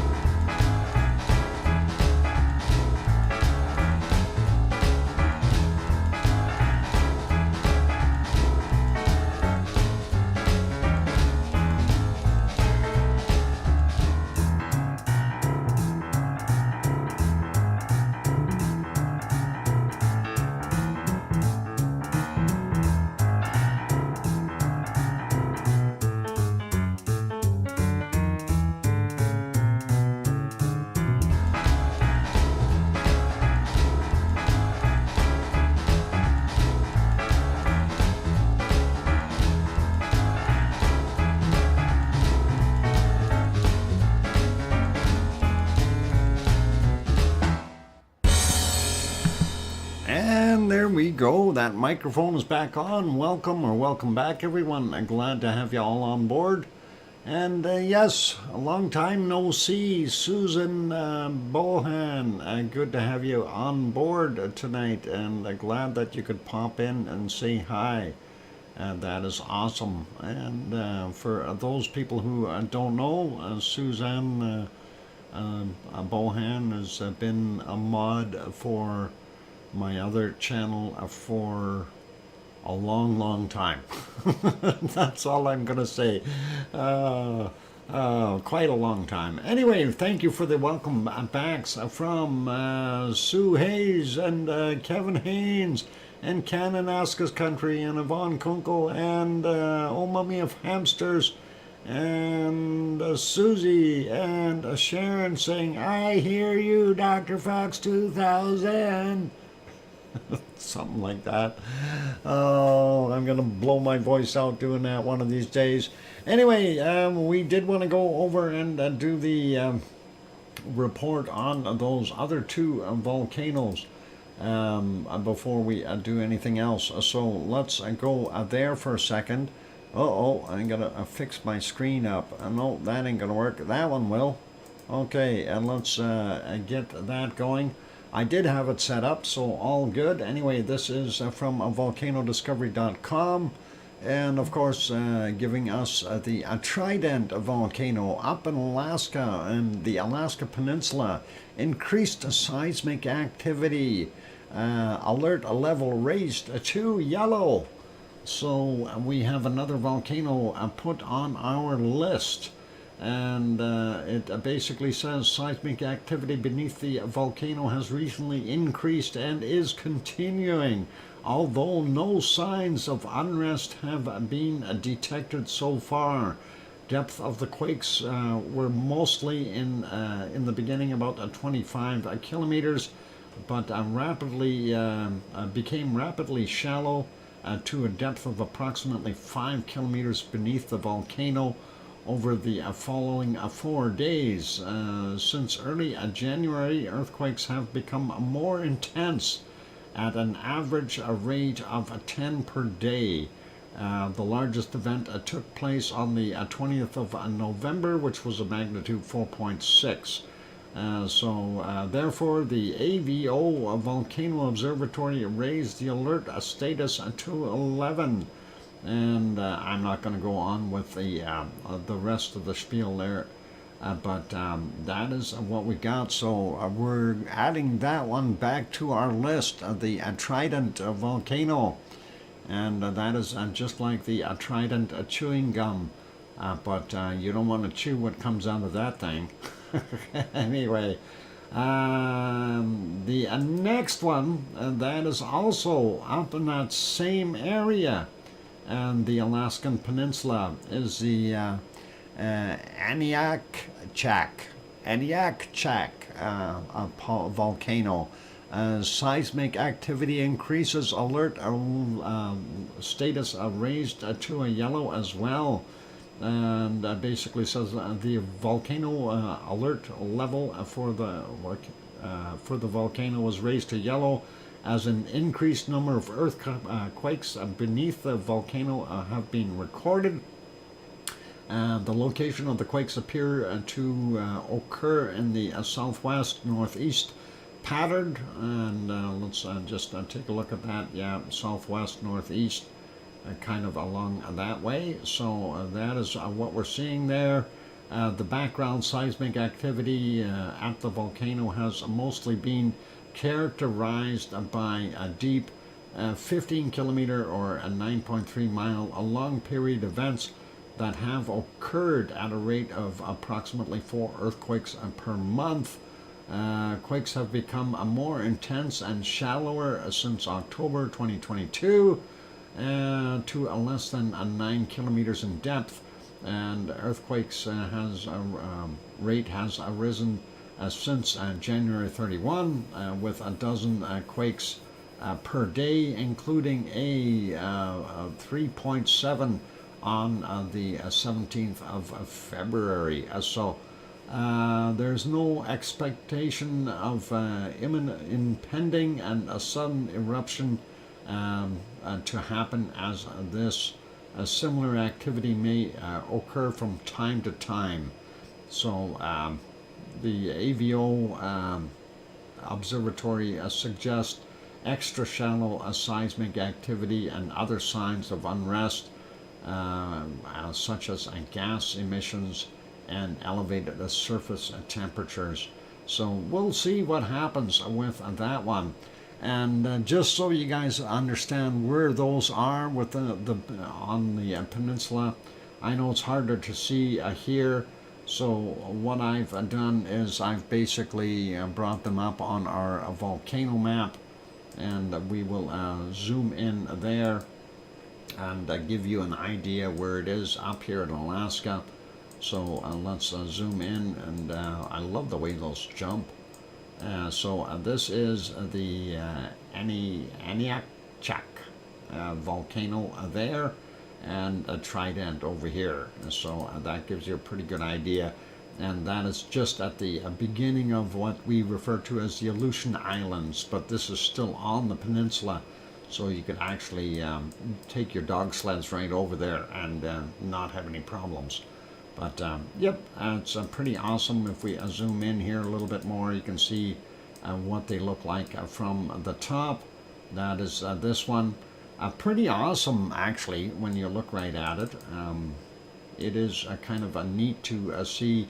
It's a multiple calderas up on the top, and been popping over the millennia, and that's pretty cool to see that one. And then the other one, of course, is where to go.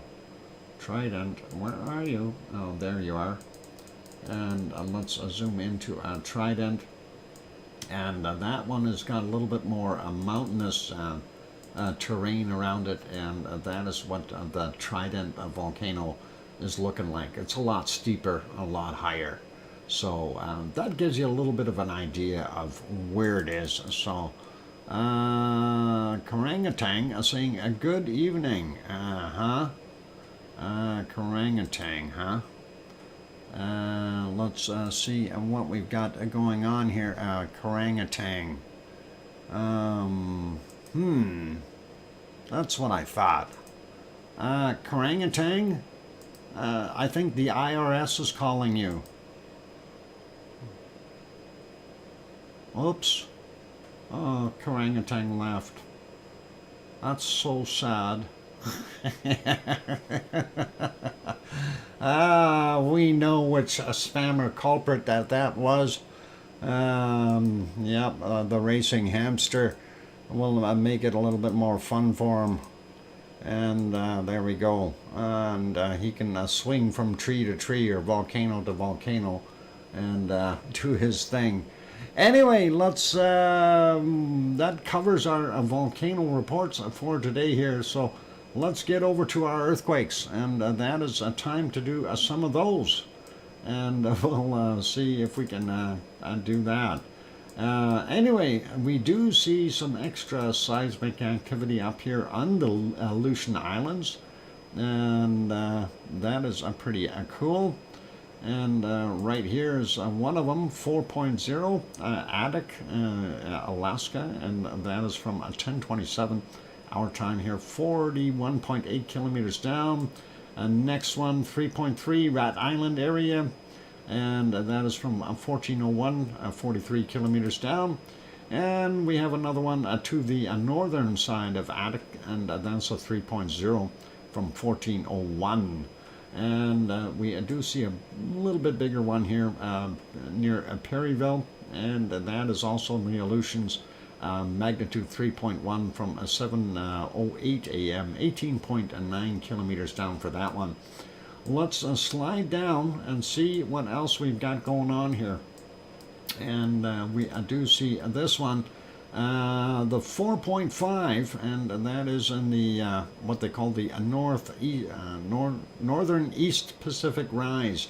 That's actually on the Cocos Plate here, and just very close to the fault line. Obviously, the Pacific Plate is pushing and causing that to do its thing. That is at 1:27 a.m., 16.7 kilometers down. Then we've got this one, a 4.2 off the shores of Guatemala from 1511, and that is at 35 kilometers down.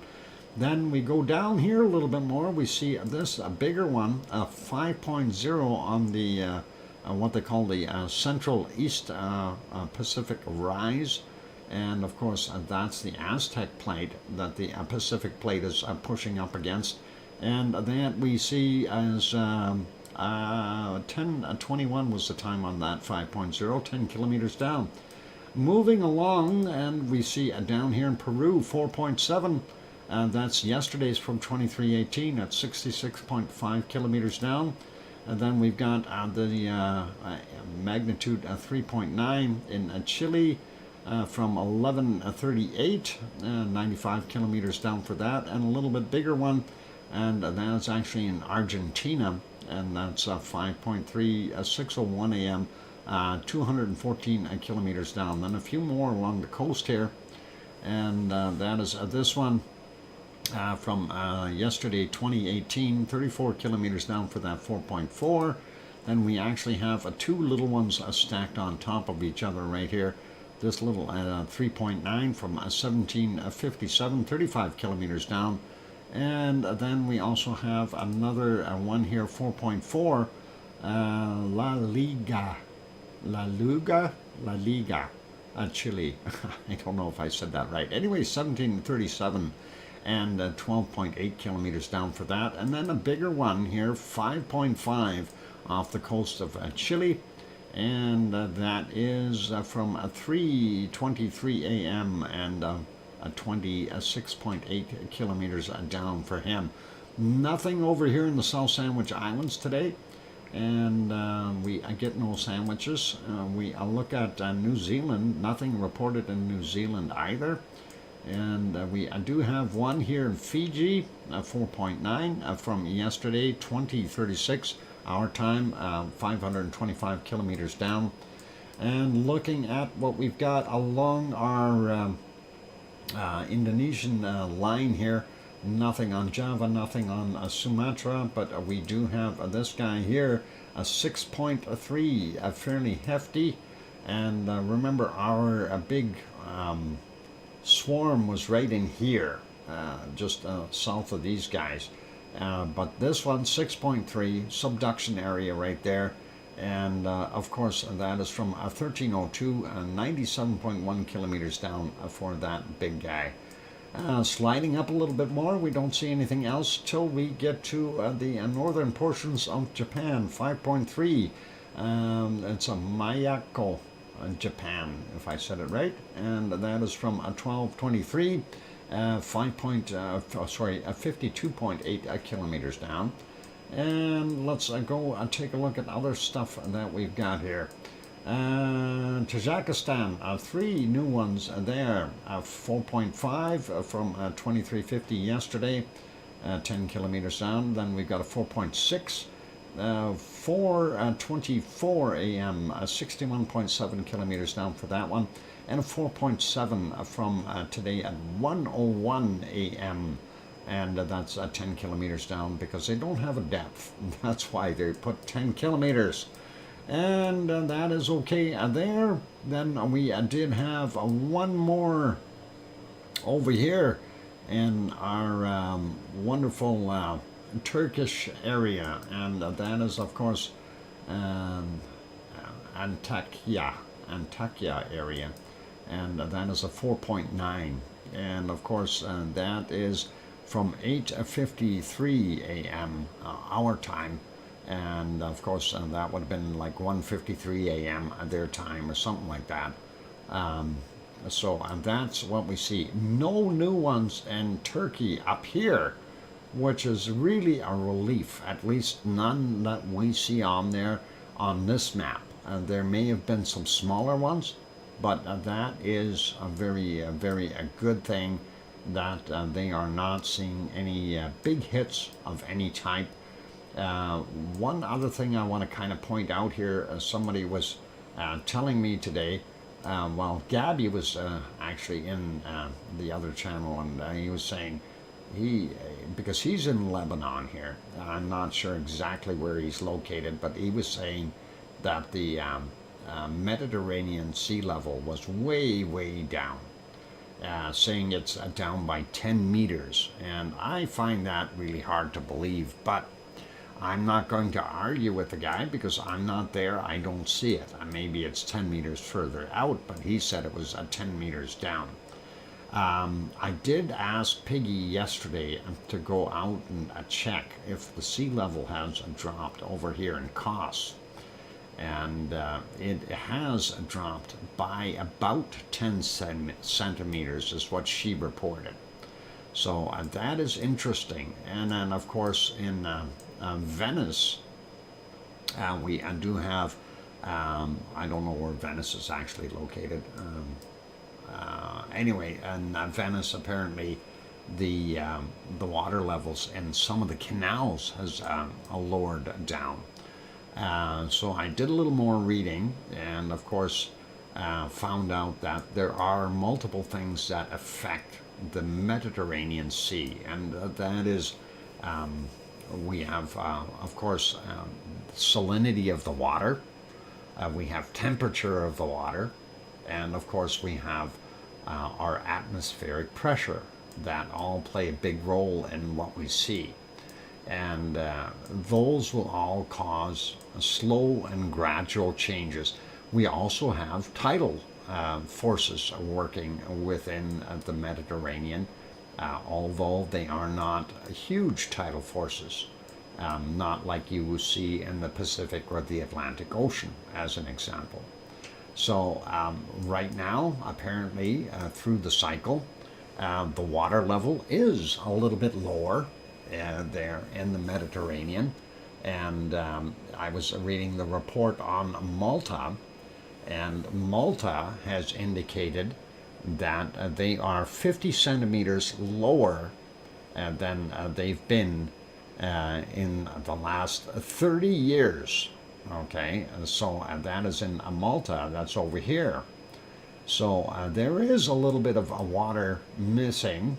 The lower level in the Mediterranean is definitely possible, but it cycles, and so it varies. And as they have in Venice, every 5 or 10 years, it goes back and forth as well.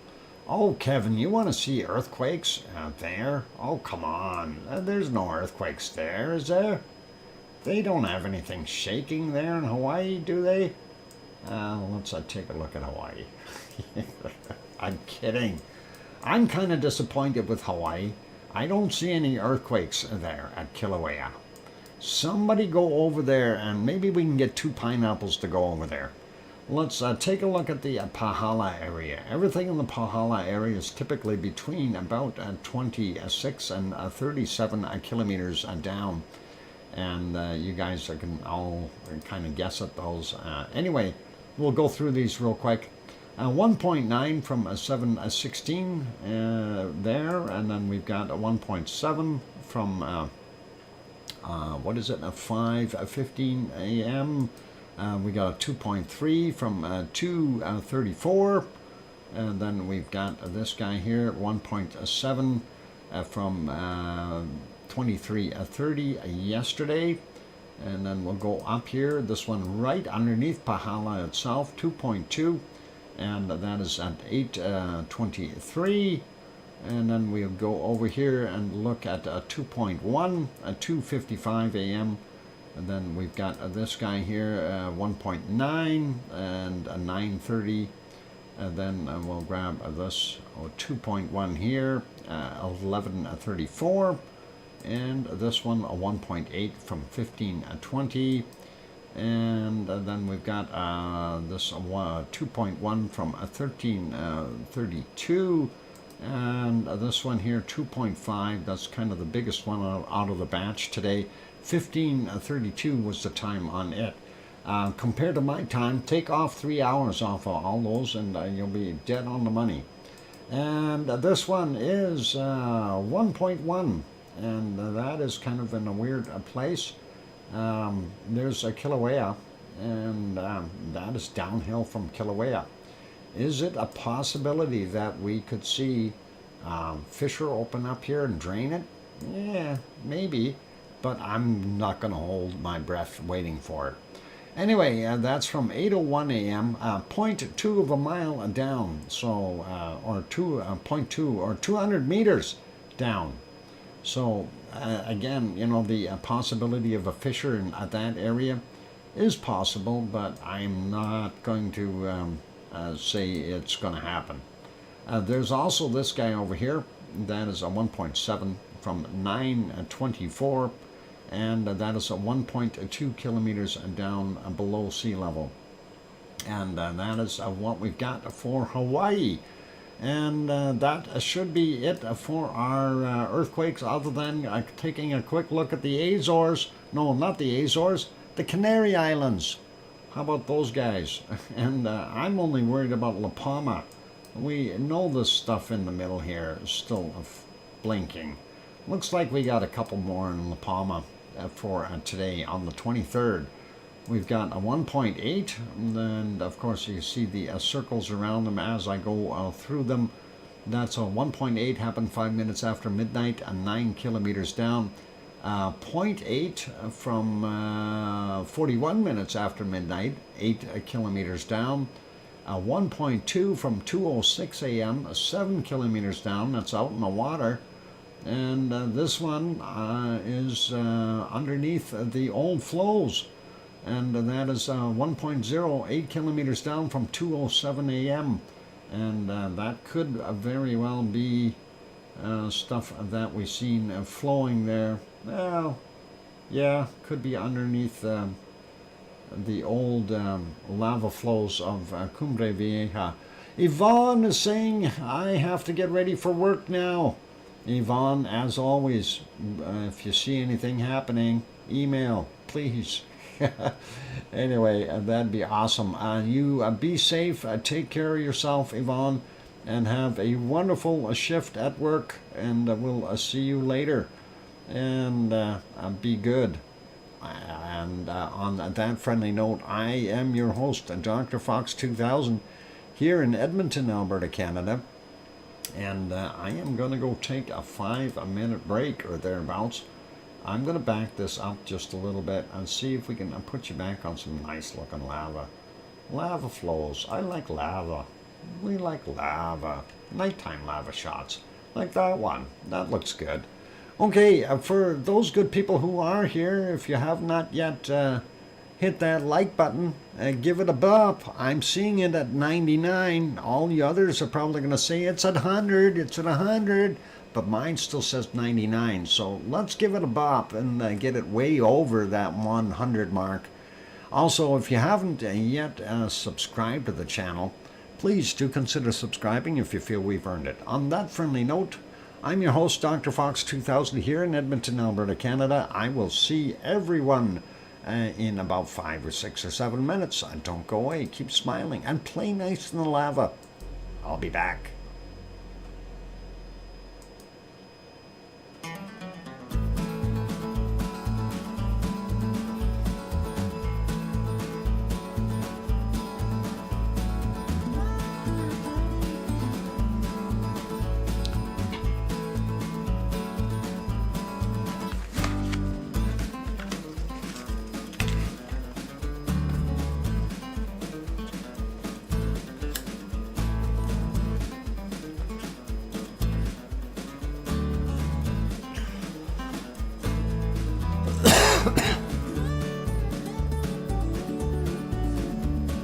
The mic is on.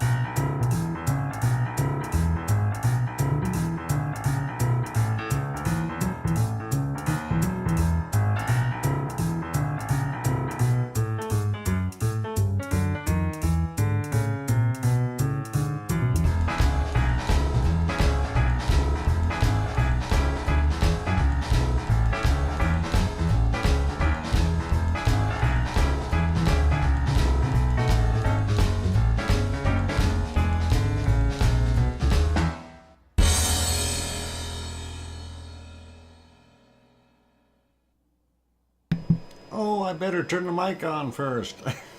Welcome back, everyone. I'm glad to have you all on board.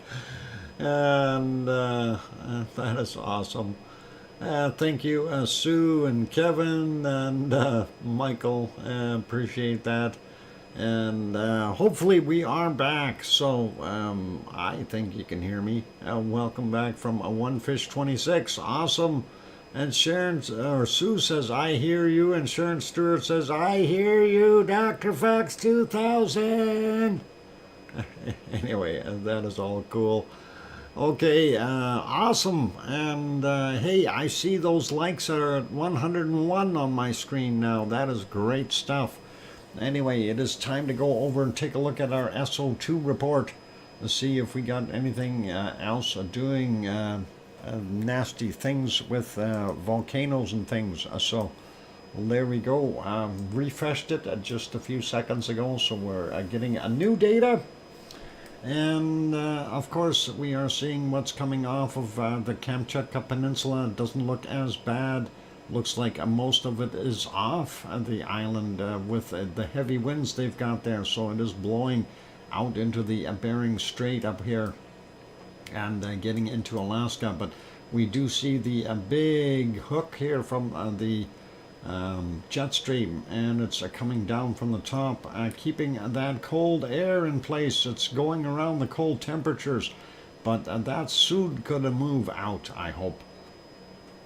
And we'll see what happens. And of course we can see northern Saskatchewan, British Columbia, and Alberta, and Manitoba starting to lighten up. We do see the western United States not so bad. Looks like Quebec is pretty clear. Northern Ontario not at that bad levels. Of course there, I don't know why we see so much sitting there in New Brunswick, but it looks pretty clear in Nova Scotia and PEI, and of course over here in Newfoundland and Labrador area as well.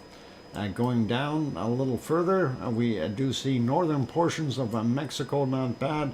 And here, of course, we've got our wonderful volcano, Popocatépetl, and a big city of 22,000 people, or 22 million people, my bad, there in Mexico City, and that is causing that plume, and that's going up across the southern states and then out into the Atlantic because of the big circulation in here right now. Sliding down Central America, we do see some stuff coming off of, looks like possibly Nicaragua, a little bit from Guatemala, some volcanic activity happening in those places. Not sure what this is actually from. Reventador over here will be, Nevado del Ruz, my bad, is doing this, and that is what's going there. And we still see this plume here, and I think that is partially industrial, but also some from our wonderful volcano there, Sabancaya. And going down, looking at the other ones in Chile, and don't see too much activity there. We do see some plumes going into Argentina. We do have Buenos Aires dumping out a little bit into the Atlantic, and kind of stagnant there for Rio and those areas. Nothing down here in the bottom end of Argentina, which is really nice. Still seeing quite a bit of SO2 in the Antarctic region and the southern waters. Hopefully that will clear soon. Good night, Kevin Haynes, and thank you for gifting that 5-pack of memberships. Good to have you do that, and pretty appreciate that. There, that's what I was going to try to say. And good. Anyway, that is all good. White Isle Volcano here. There's your ship. I'm ready to go for White Isle Volcano tours. I'm kidding. That is right up there, and of course not too much from it right now. We do see that circulation. They probably still have some stormy weather there, and we see that other big circulation. What happened to that high that was over here? It must be out here now doing its twirly thing. Hopefully it'll be warmer there in New Zealand, Tasmania, not bad. And I don't know if Leo's got his barbecue cooking. I see a lot of smoke here. SO2. I don't know that Leo. He doesn't want to own up to things. Let's see if what the beach looks like there for him today. And looks like pretty windy there at the beach. But hey, there are beachgoers, so he could be out there having that barbecue. Souffle alert? Souffle alert. Yeah, we got to be careful of that souffle. That could be what this plume is from. Oh, anyway, we do. Oh, yeah, that was a nice picture. Anyway, you gotta love it. From the oil refineries right there is what that's coming from. And this stuff here, of course, from the coking plants that are there. Getting out to Tofua and Tonga, not so bad today. Yasur still doing this thing, and Aoba and Gawa still working away. I don't know if any of that is coming from our little friend in the water here, Epi. I don't think Epi is doing too much, but we do see that, so hard to tell in that area, but I think that'll be those two. And not so bad in Papua New Guinea area. And again, we take a look at what's coming out of a Semeru area and drifting eastward. That may be helped with a little bit from what Merapi is doing as well. Kind of stacking that all up as it gets out here over Bali and then goes to the east. And of course Jakarta and Krakatau here are doing their thing. And that plume not very defined right over top of Currency there, and Mar Rapi, and maybe hang on, that might be well, Cinnabung should be up there somewhere. I don't think it's that big of a deal there, but it wasn't that heavy.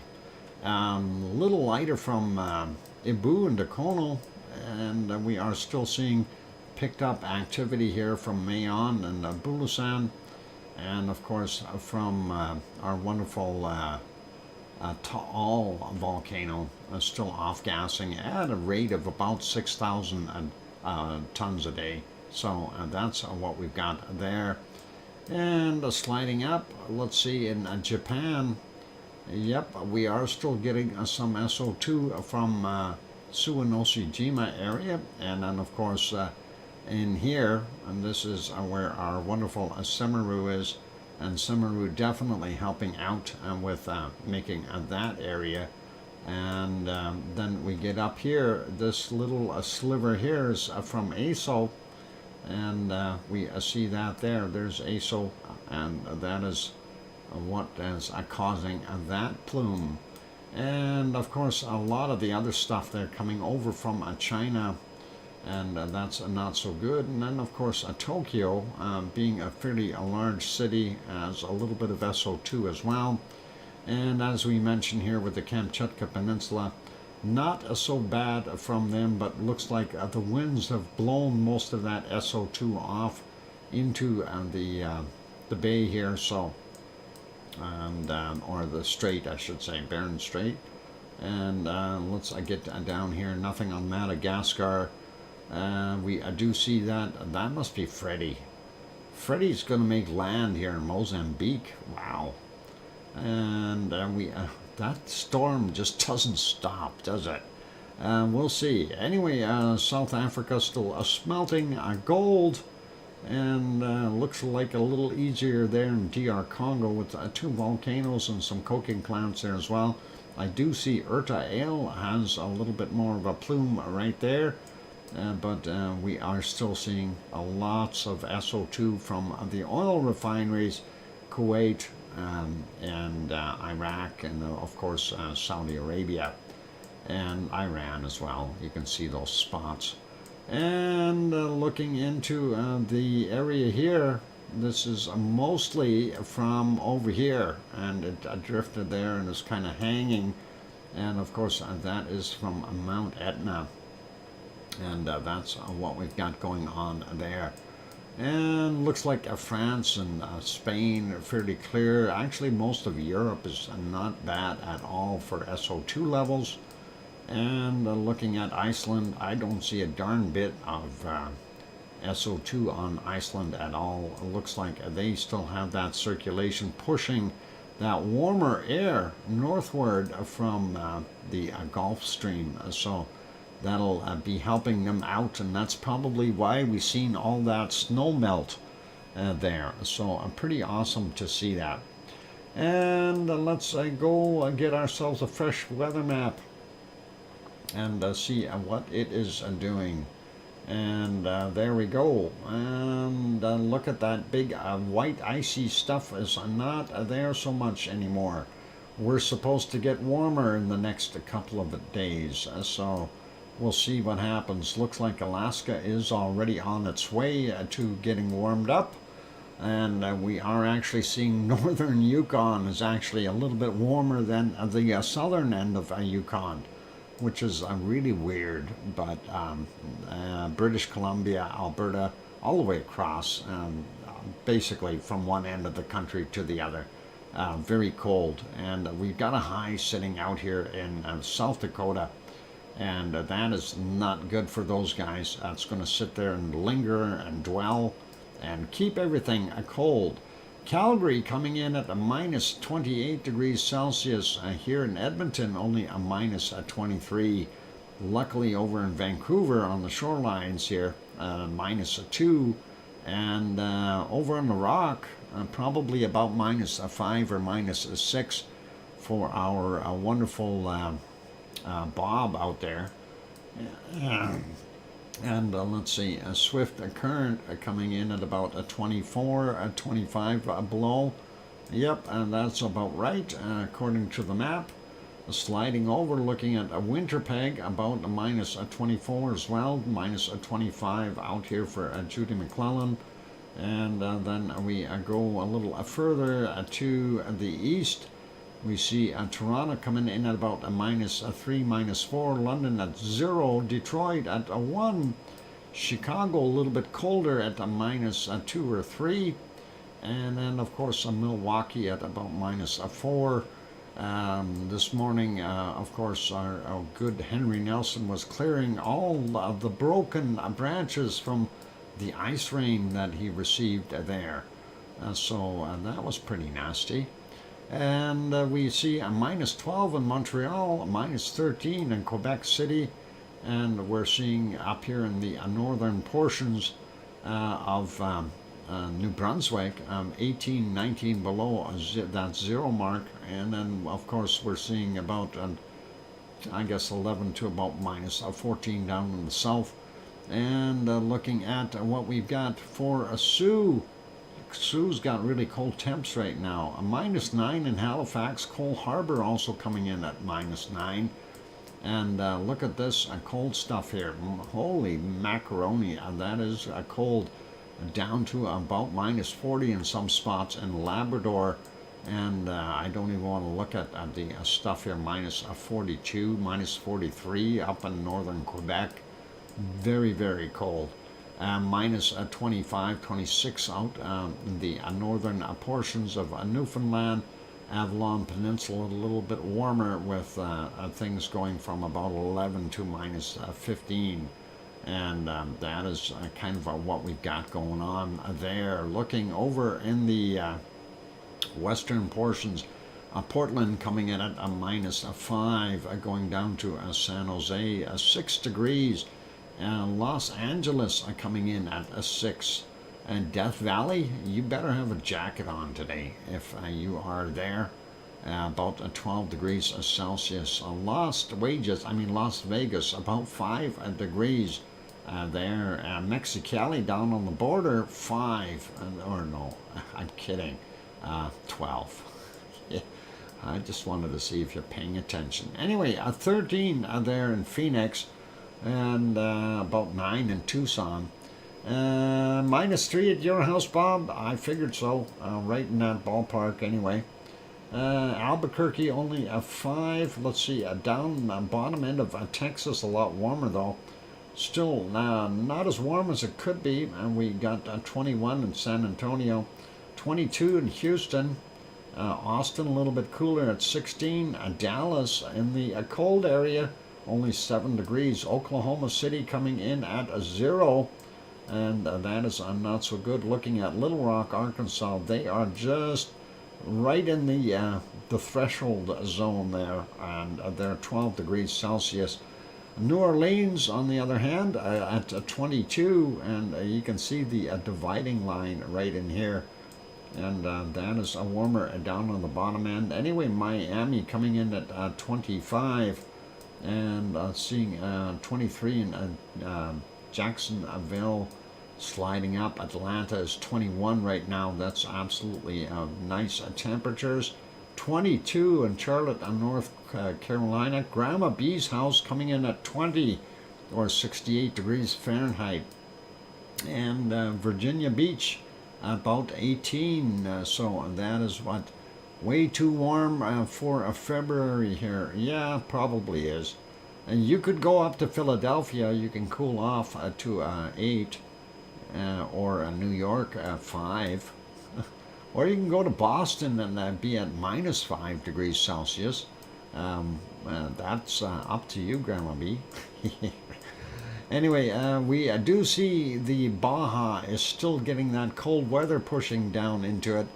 Bob, I'll take some of those cold degrees. You can have some of mine instead, Grandma B. Seriously, I'm giving them away for free. I promise. Anyway, there we go. Mexico City, 18 degrees, up on its high plateau, and then Acapulco and down on the shorelines at 27. Cancun, 25, 26. Central America, not bad. Let's stop right here, and we'll come back and do the South American and the rest of the world after the break. So I'll get you back on some warm lava. Doc is the Arctic man. Yeah, I don't know. I don't like cold. I like palm trees. Anyway, for those good people who are here, if you have not yet hit that like button, help us out. Give it a quick bop. Also, if you have not yet subscribed to the channel and you're enjoying the show, by all means, give that a quick shot as well. Don't forget to hit that bell notification. And on that friendly note, I'm your host, DrFox2000 here in Edmonton, Alberta, Canada. I will be back after the break. And keep smiling. Play nice in the lava. I'll be back. And then I'll turn the microphone off. Click. Is this off? Is it off now? Is it off now?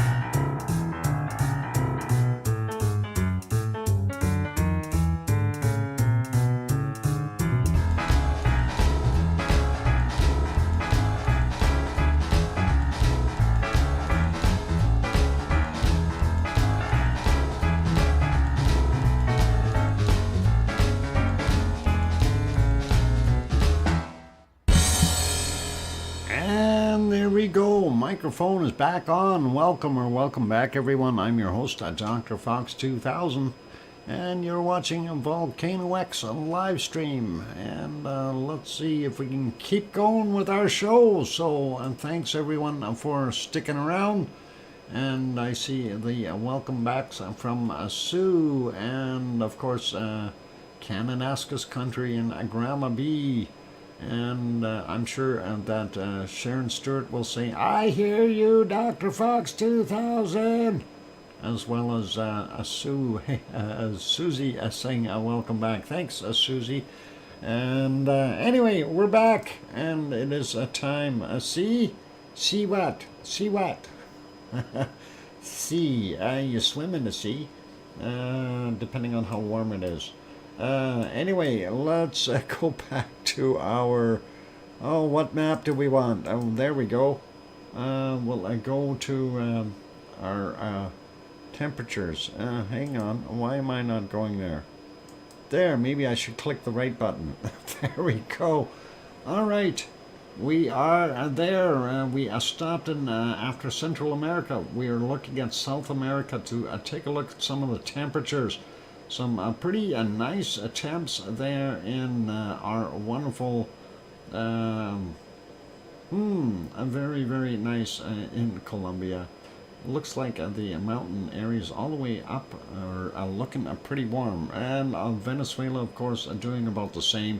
Up in the high 28s, 29 degree marks, or 30s, depending on where you are. And it looks like a same kind of thing for most of the rainforest in Brazil and those areas, looking pretty good. Bolivia looking all right, except for up in the highlands. And Paraguay looks pretty normal as well. Let's see, temperatures in Rio de Janeiro about 24 degrees right now. And somewhere around 20, yeah, somewhere thereabouts in Sao Paulo.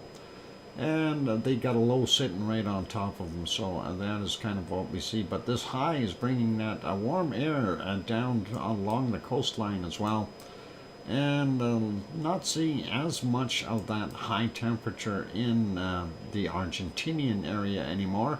Paysandú coming in at about 22 degrees. Looks like most of Uruguay is about 22. Some areas in the middle here, 24, 25. But looking pretty awesome. And looks like that warm temperature is just about all the way down to the bottom. We do see the cold stuff from Chile. Chile is always chilly. But Santiago is coming in at about 18, so that's not that bad. Sliding over to New Zealand, looking at what's going on here. The South Island, South End, warm. But the rest looks like it's being cooled off here. We've got this high bringing up that cold air. Not so good for them. Wellington, hang on, Christchurch 14, Wellington 15. Taupo area about 13, 14. Doesn't get warm till you get up here to Auckland, and we see a low circulating the other way. That probably means some rain for those guys up there again. They don't need any more for right now. Looking over at Tasmania, Hobart and the Cooker at 27, 28 degrees. And some of the areas are all the way up to 30 degrees in Tasmania. And there's Leo's place, 31 in Melbourne, Australia. He's cooking, definitely shorts weather. And looks like about, I don't know, 36, 35 there in Adelaide. That is just awesomely hot. And we'll just sneak up here. We'll see some of the temperatures, 40. I don't see any 41s or 42s, but still 40 degrees is probably the record for the planet right now. We do see 22 over in Sydney, and home of Oz coming in at about 25 degrees Celsius. And that is not so bad. And we see, yeah, it's starting to lighten up as far as that heavy temperature there. Perth about 22, 23 degrees. And the coastal areas here up to 36. Looks like they got a storm cooking up in the top end. And sliding over, taking a look at Fiji, 29, 30 degrees. Same, well, not quite, but normal temperatures in New Caledonia, Vanuatu, also the same. We see a little bit higher in the Papua New Guinea area, and in eastern portions of the Indonesian area are still about the same as what we see there in Papua New Guinea. They're 33 degrees, very, very warm. And looks like the islands here are doing pretty good, 26, 27, 28. Bali about 28 as well. And we see Java 28, 29 degrees, a little cooler on the other island of, oh my god, I forgot what it is now. Sumatra. Sumatra, what was your name, Sumatra? I forgot it. And Bangkok coming in at about a 30, 29, 30 on the map. That is pretty awesome. And Manila coming in at about a 30 as well. It looks like all of the Philippines about that same temperature. We get up here, we see that cutoff line where that cold meets the warm. And we see that Kagoshima, Japan, is only at about 12 degrees. And then we see about 11 there in Tokyo, and single digits for the most part along most of the western side and the northern portions of the main island of Japan. And we get up in the north, Sapporo, -3, and the highlands there about -9, and not so good. Kamchatka Peninsula, yeah, burr. Definitely down to a -19 in some of those places. Sri Lanka coming in at its normal temperatures, 25, 26. And let's see what we got in Delhi. We got 16 in Delhi, that's not so bad. And yep, Freddie did move over here. I knew he would. He went all the way across, and now he's bugging those poor people in Mozambique. And I don't know where he's going to go from there.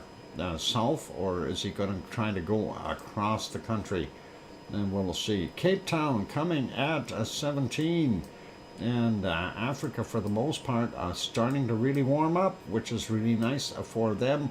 We see the Sahara starting to get warmer temps, and even getting back up into the northern portions. Cairo at a whopping 12 degrees today. And we see, UAE is no longer so cold. They are starting to get warm as well, at from 16 to about 18 degrees. Same thing with Oman, and then of course a little cooler in some of the highlands there in Yemen. And starting to push that temperature up a little bit. And of course, looking at places like Beirut, I'm only about 12 or 13 or 14 degrees. Adana coming in at a 6 or 7 right now. That's better. These guys here still below freezing though. Malatya, there we go. 1 degree right now. At least it's not below freezing. Let's take a look and see what Piggy's temperature is. As she said, she was not going to put the fire on tonight. It was warm enough. So I'm seeing about 12, 13, 14, somewhere there. Oh, 13, thanks, Sue. And let's go over a little bit more. I wanted to check Athens, about 9 degrees there. And looking at Redanzo, and that is coming in about 6 degrees, right as what the map says. Thanks, Sue. Sardinia starting to warm up a little bit as well, which is nice to see. And a little bit colder again in Portugal and Spain.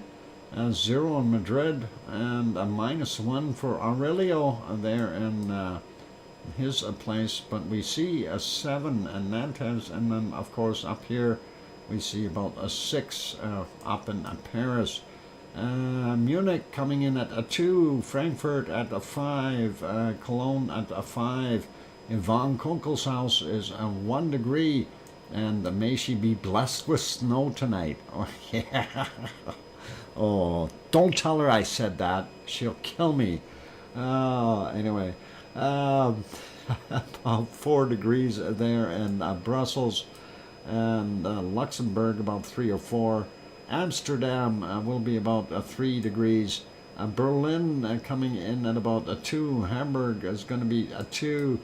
And Copenhagen coming in at about a 2 as well. Aarhus a little bit warmer at 3.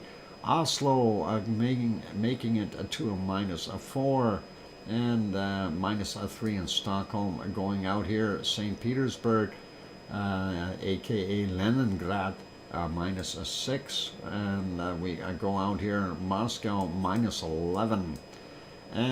Southern end of London, England, and even a little bit here in Wales, not so warm today, about 0 or 1 degree. That is not good. You get a little further north, Leeds at 7 up in the northern portions, Glasgow 7, Aberdeen 7, and that's not bad for those guys. And we are seeing about 5 in Dublin, and of course over here in the Doolin area, or that long trek there, about 5 or 6 there for those guys is what I'm seeing. And we'll see if that is what we got. That's taken a long time. 8 degrees, and there's a Doolin, 7, 8, and you know, that Irish monk, he actually moved to about here, so it was a long move. Anyway, that's where his other house was. Okay, one of them. Anyway, looking at Iceland real quick. Let's zoom in and see what they got for temperature. 5 degrees at Reykjavik, 6 on that. So yeah, 5, 6. That's pretty close. And of course, out in the other areas, that is very cold out there. You don't want to go there. You're going to freeze. Anyway, let's turn this to precipitation. Take a look at what we've got. Looks like some snow up the Yukon and Alaska, but looks like the west coast of Canada is clear, and most of the provinces, as well as Northwest Territories and northern Ontario, northern Quebec, it's too cold to snow.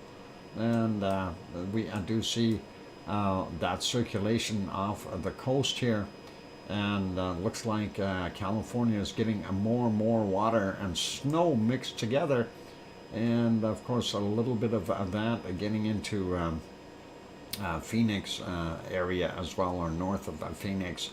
And you got to keep that snowman happy, so you got to have snow there.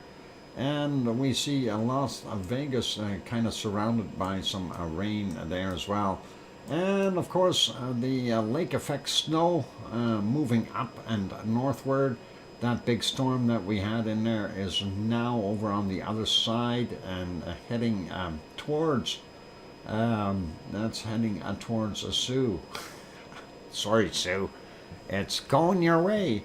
And that is going to end up going out here somewhere as well. So that's kind of what we got.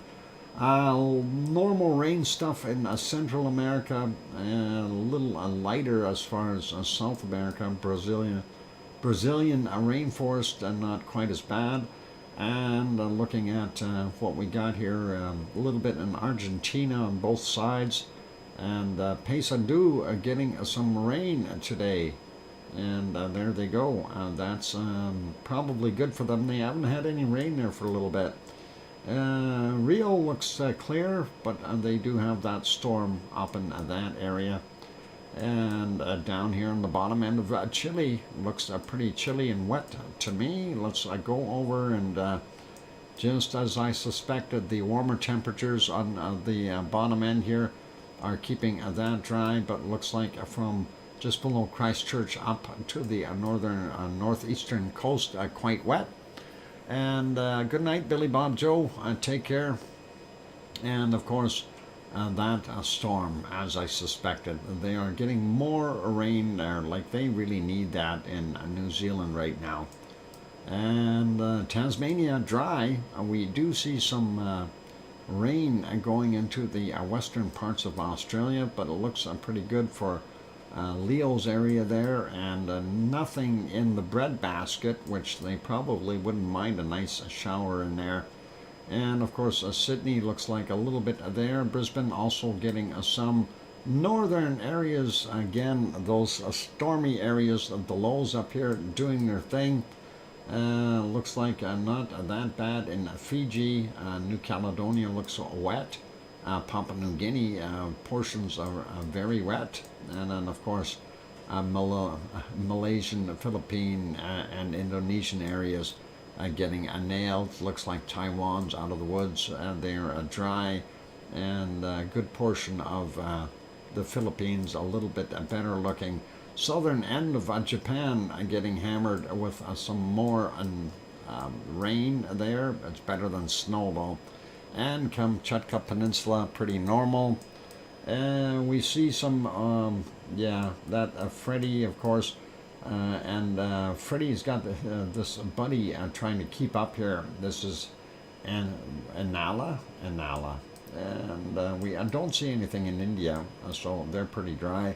And of course the rainforesty areas here are doing their thing. So no rain in the Sahara, no rain in UAE and Saudi Arabia. We do see some over in Iran, nothing in Iraq, and a very dry looking there in Turkey, which is going to help those guys out with the rest of their efforts that they have to come up with. And no rain for Piggy, and that is good for right now. A little bit up in the northern portions of Greece, not bad. Sardinia and most of Italy looks dry, but foggy in some places. Spain and Portugal, not bad till you get up to the northern border and in the highlands, and a southern portion of France getting nailed. A little bit of rain and a snow mix up in the Italian Alps from the looks of things. And Germany's got some spotty weather out in the eastern part by Berlin and south.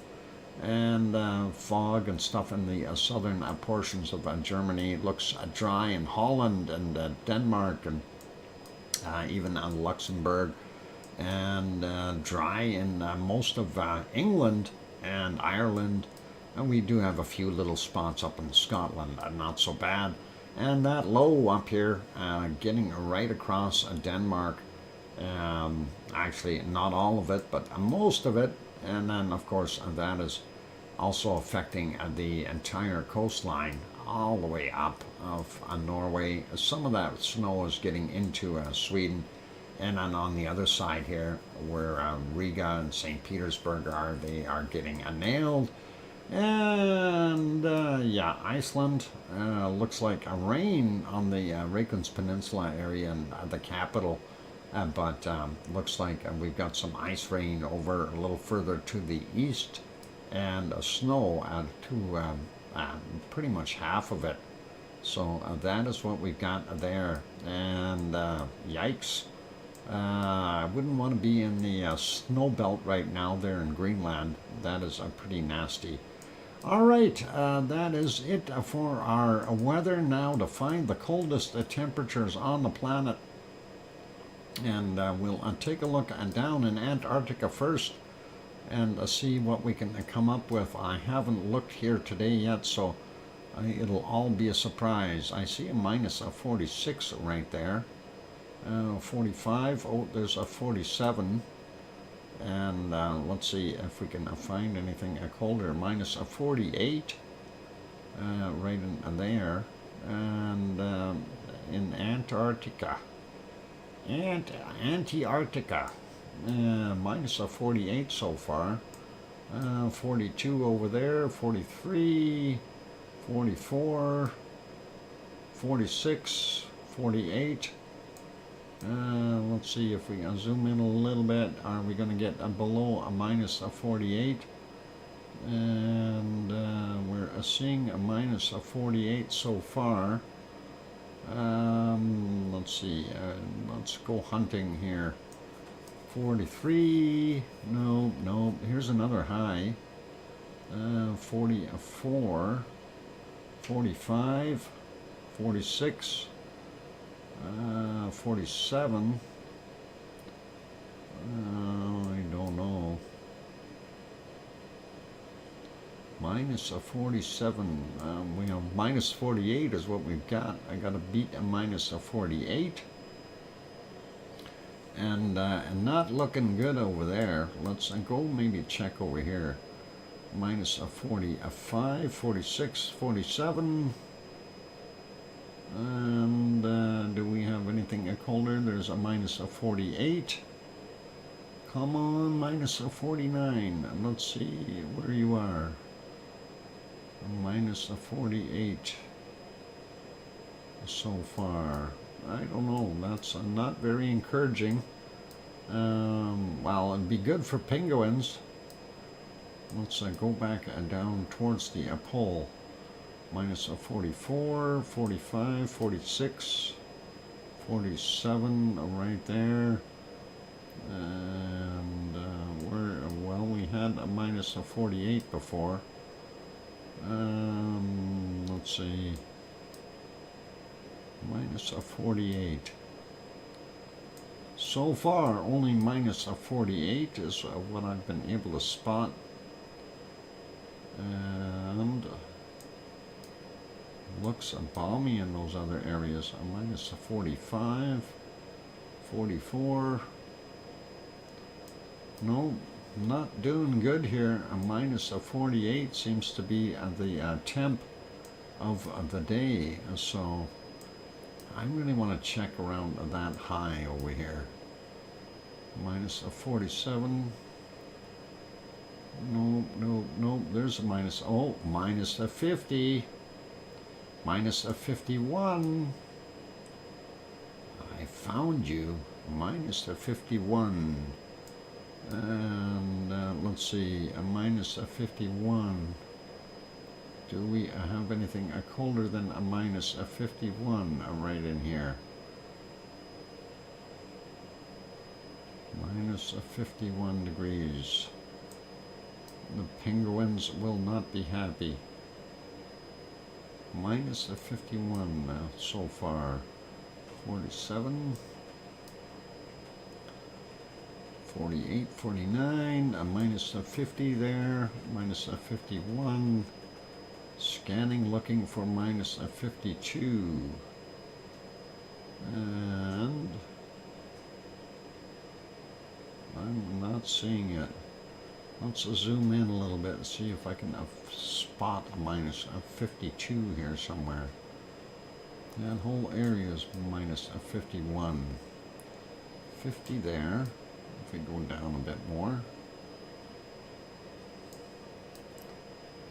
I don't know. I think I'm out of luck. Minus a 51.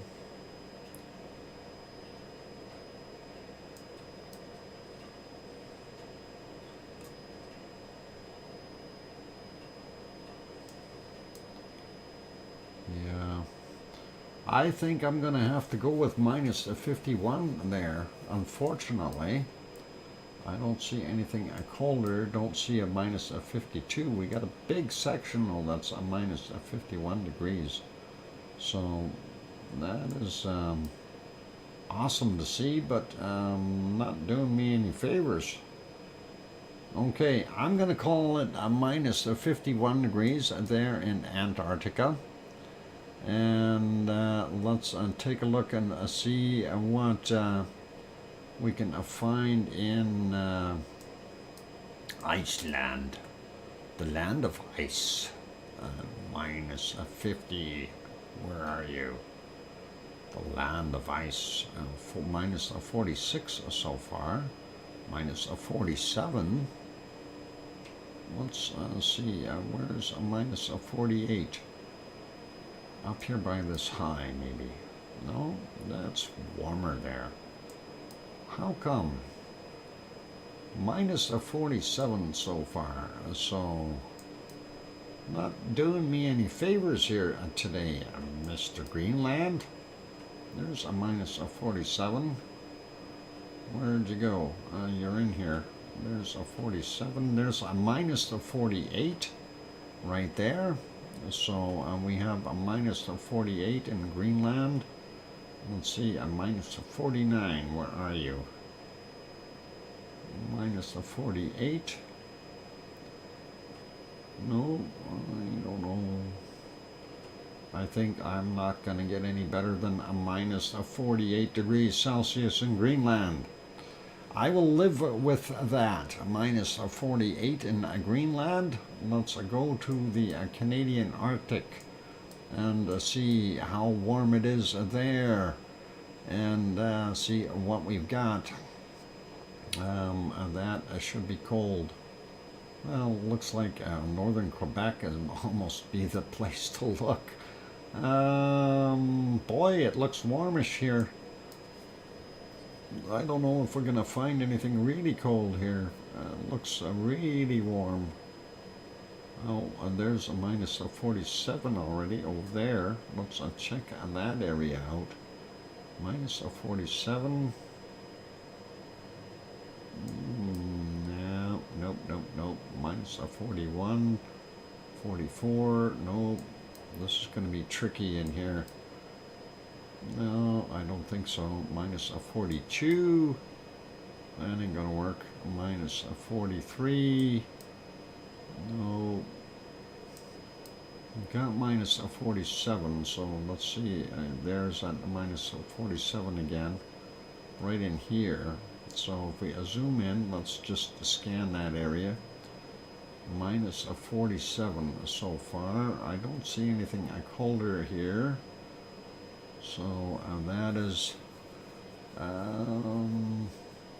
yeah, this is pretty cold, but I don't know. Well, I'll take a look. There's more places to look. Let's try over here by this stuff. Minus a 40, oh, hang on, what's this? Minus a 44, 46. No, I see only minus a 46. Minus a 47 right there. Let's see if we scan around. No. Minus a 47. Nope, not seeing it. All right, let's go up here. Minus a 46. We got minus 47 so far, so let's see if we can find a couple degrees colder. And what about here? Nope, warm. I gotta find where I am here. Yeah, this is our normal cold area right in here. Minus a 47 so far, so let's see what else we've got. Nothing there. Unless there's something hiding over in this area. Oh, hang on, what was that?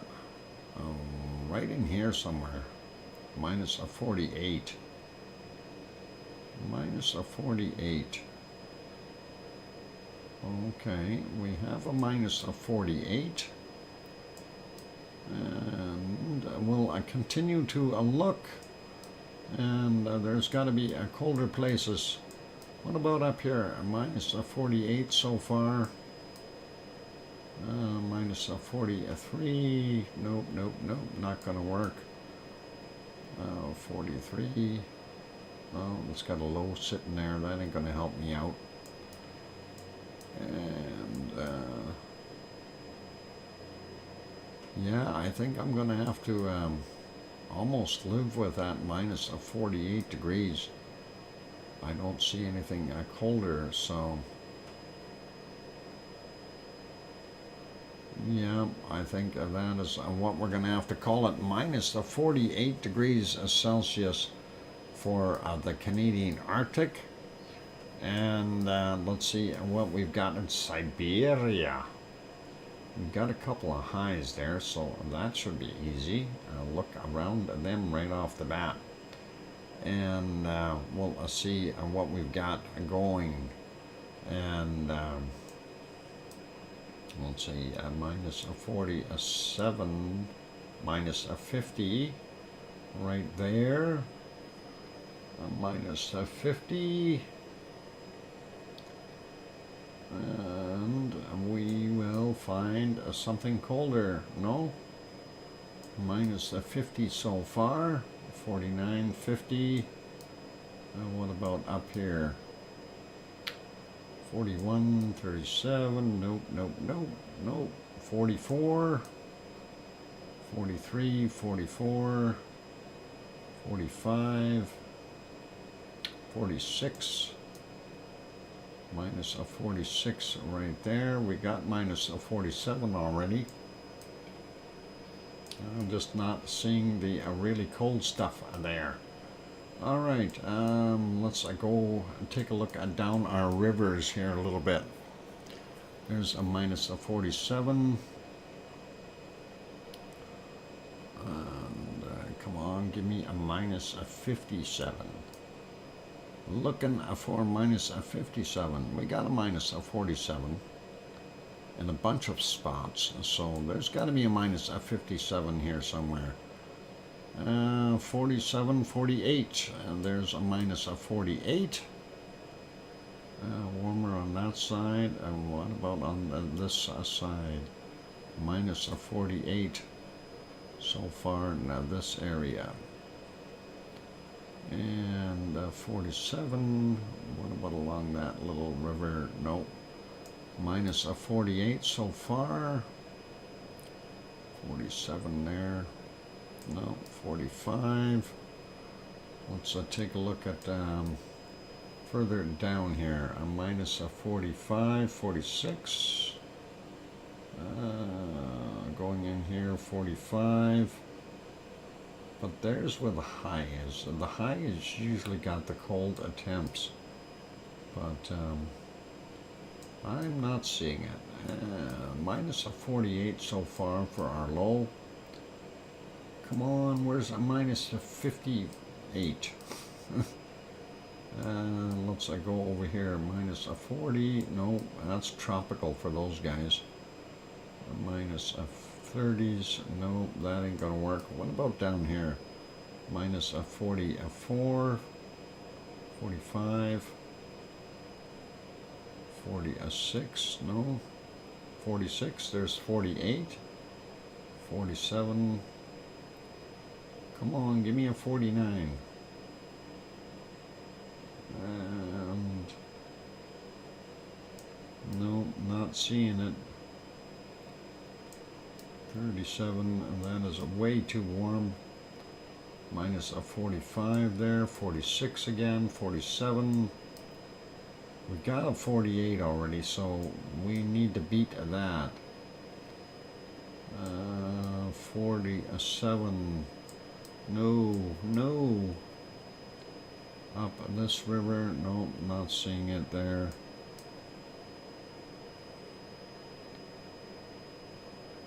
Oh, there's a 46 in here.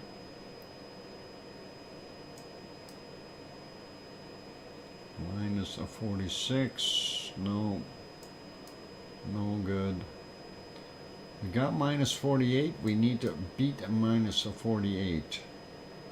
So let's see. Minus a 46. Not working. Not working. Minus a 46 in that area. Gotta be some colder spots in here. Minus a 45.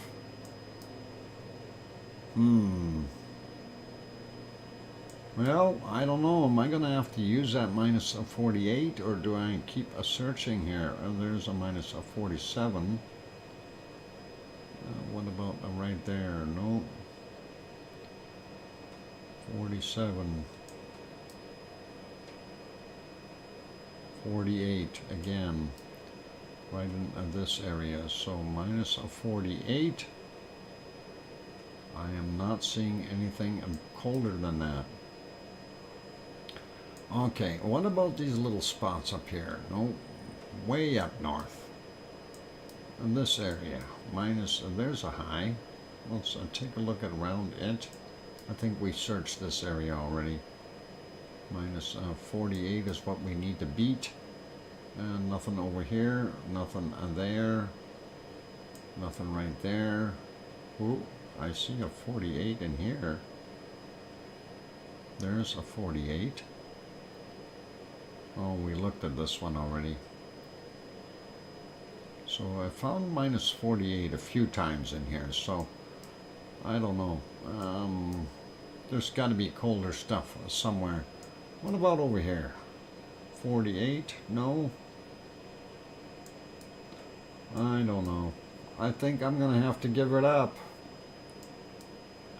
Minus a 48 is the best I can do in Siberia today. 45 or 46.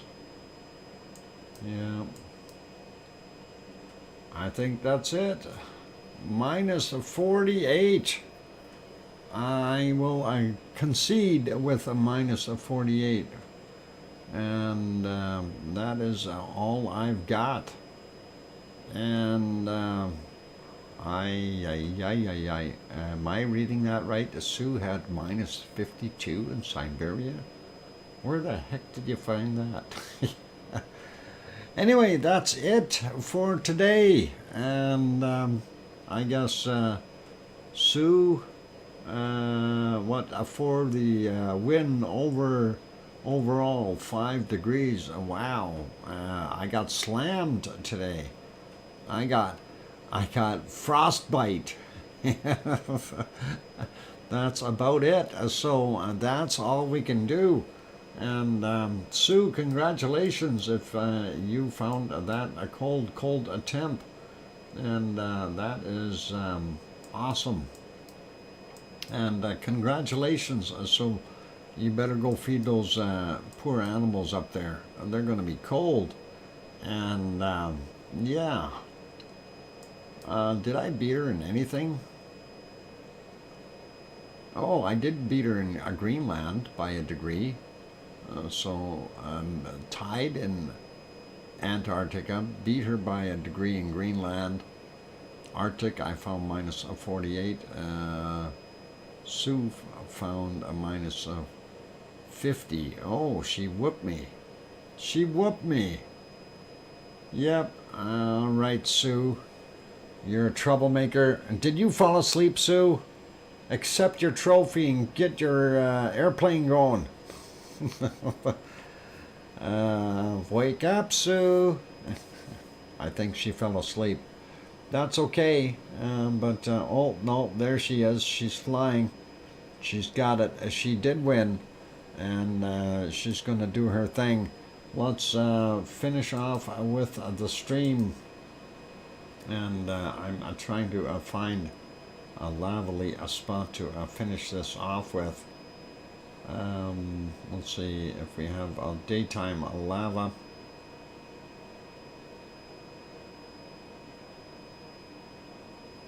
No, I think we're going to have to use that nighttime lava.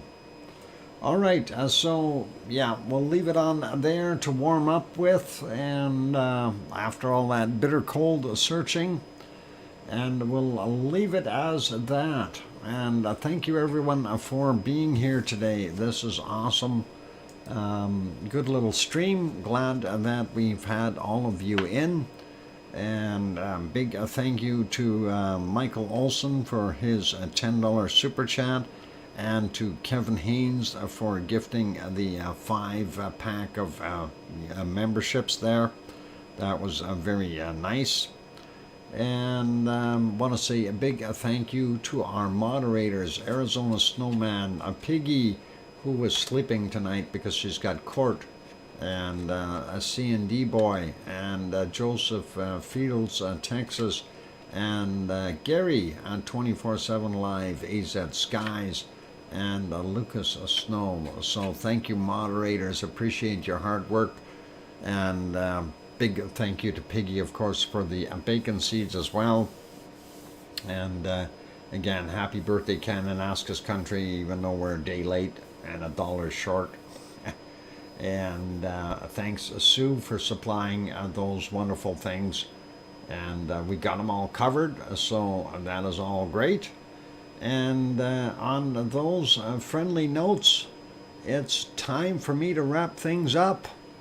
be good, be kind, and take care, everyone. And tomorrow is Friday. Yay! Yeah, be here Friday. We'll find another new volcano that maybe I can pull some trickery and get you guys a little confused with which volcano I'm gonna have. So we'll see. Maybe I'll find something interesting. Anyway, for all those good people who were here, thank you all. Thank you to all the wonderful members. Thank you to all the members of the Lava family. Never mind whether you're supporting the channel or not, you're all part of our wonderful group. Do appreciate each and every one of you. Thank you for the likes and all of that good stuff. And on that friendly note, it's time for me to wrap it up. I'm getting hungry. I got to go make myself something to eat. So be good, be kind, take care of yourselves, and please also make sure that you tell your loved ones that you love them tonight, for tomorrow is never promised. I'm your host, DrFox2000, here in Edmonton, Alberta, Canada. Good night, everyone, and we'll see you all tomorrow. Oink, oink.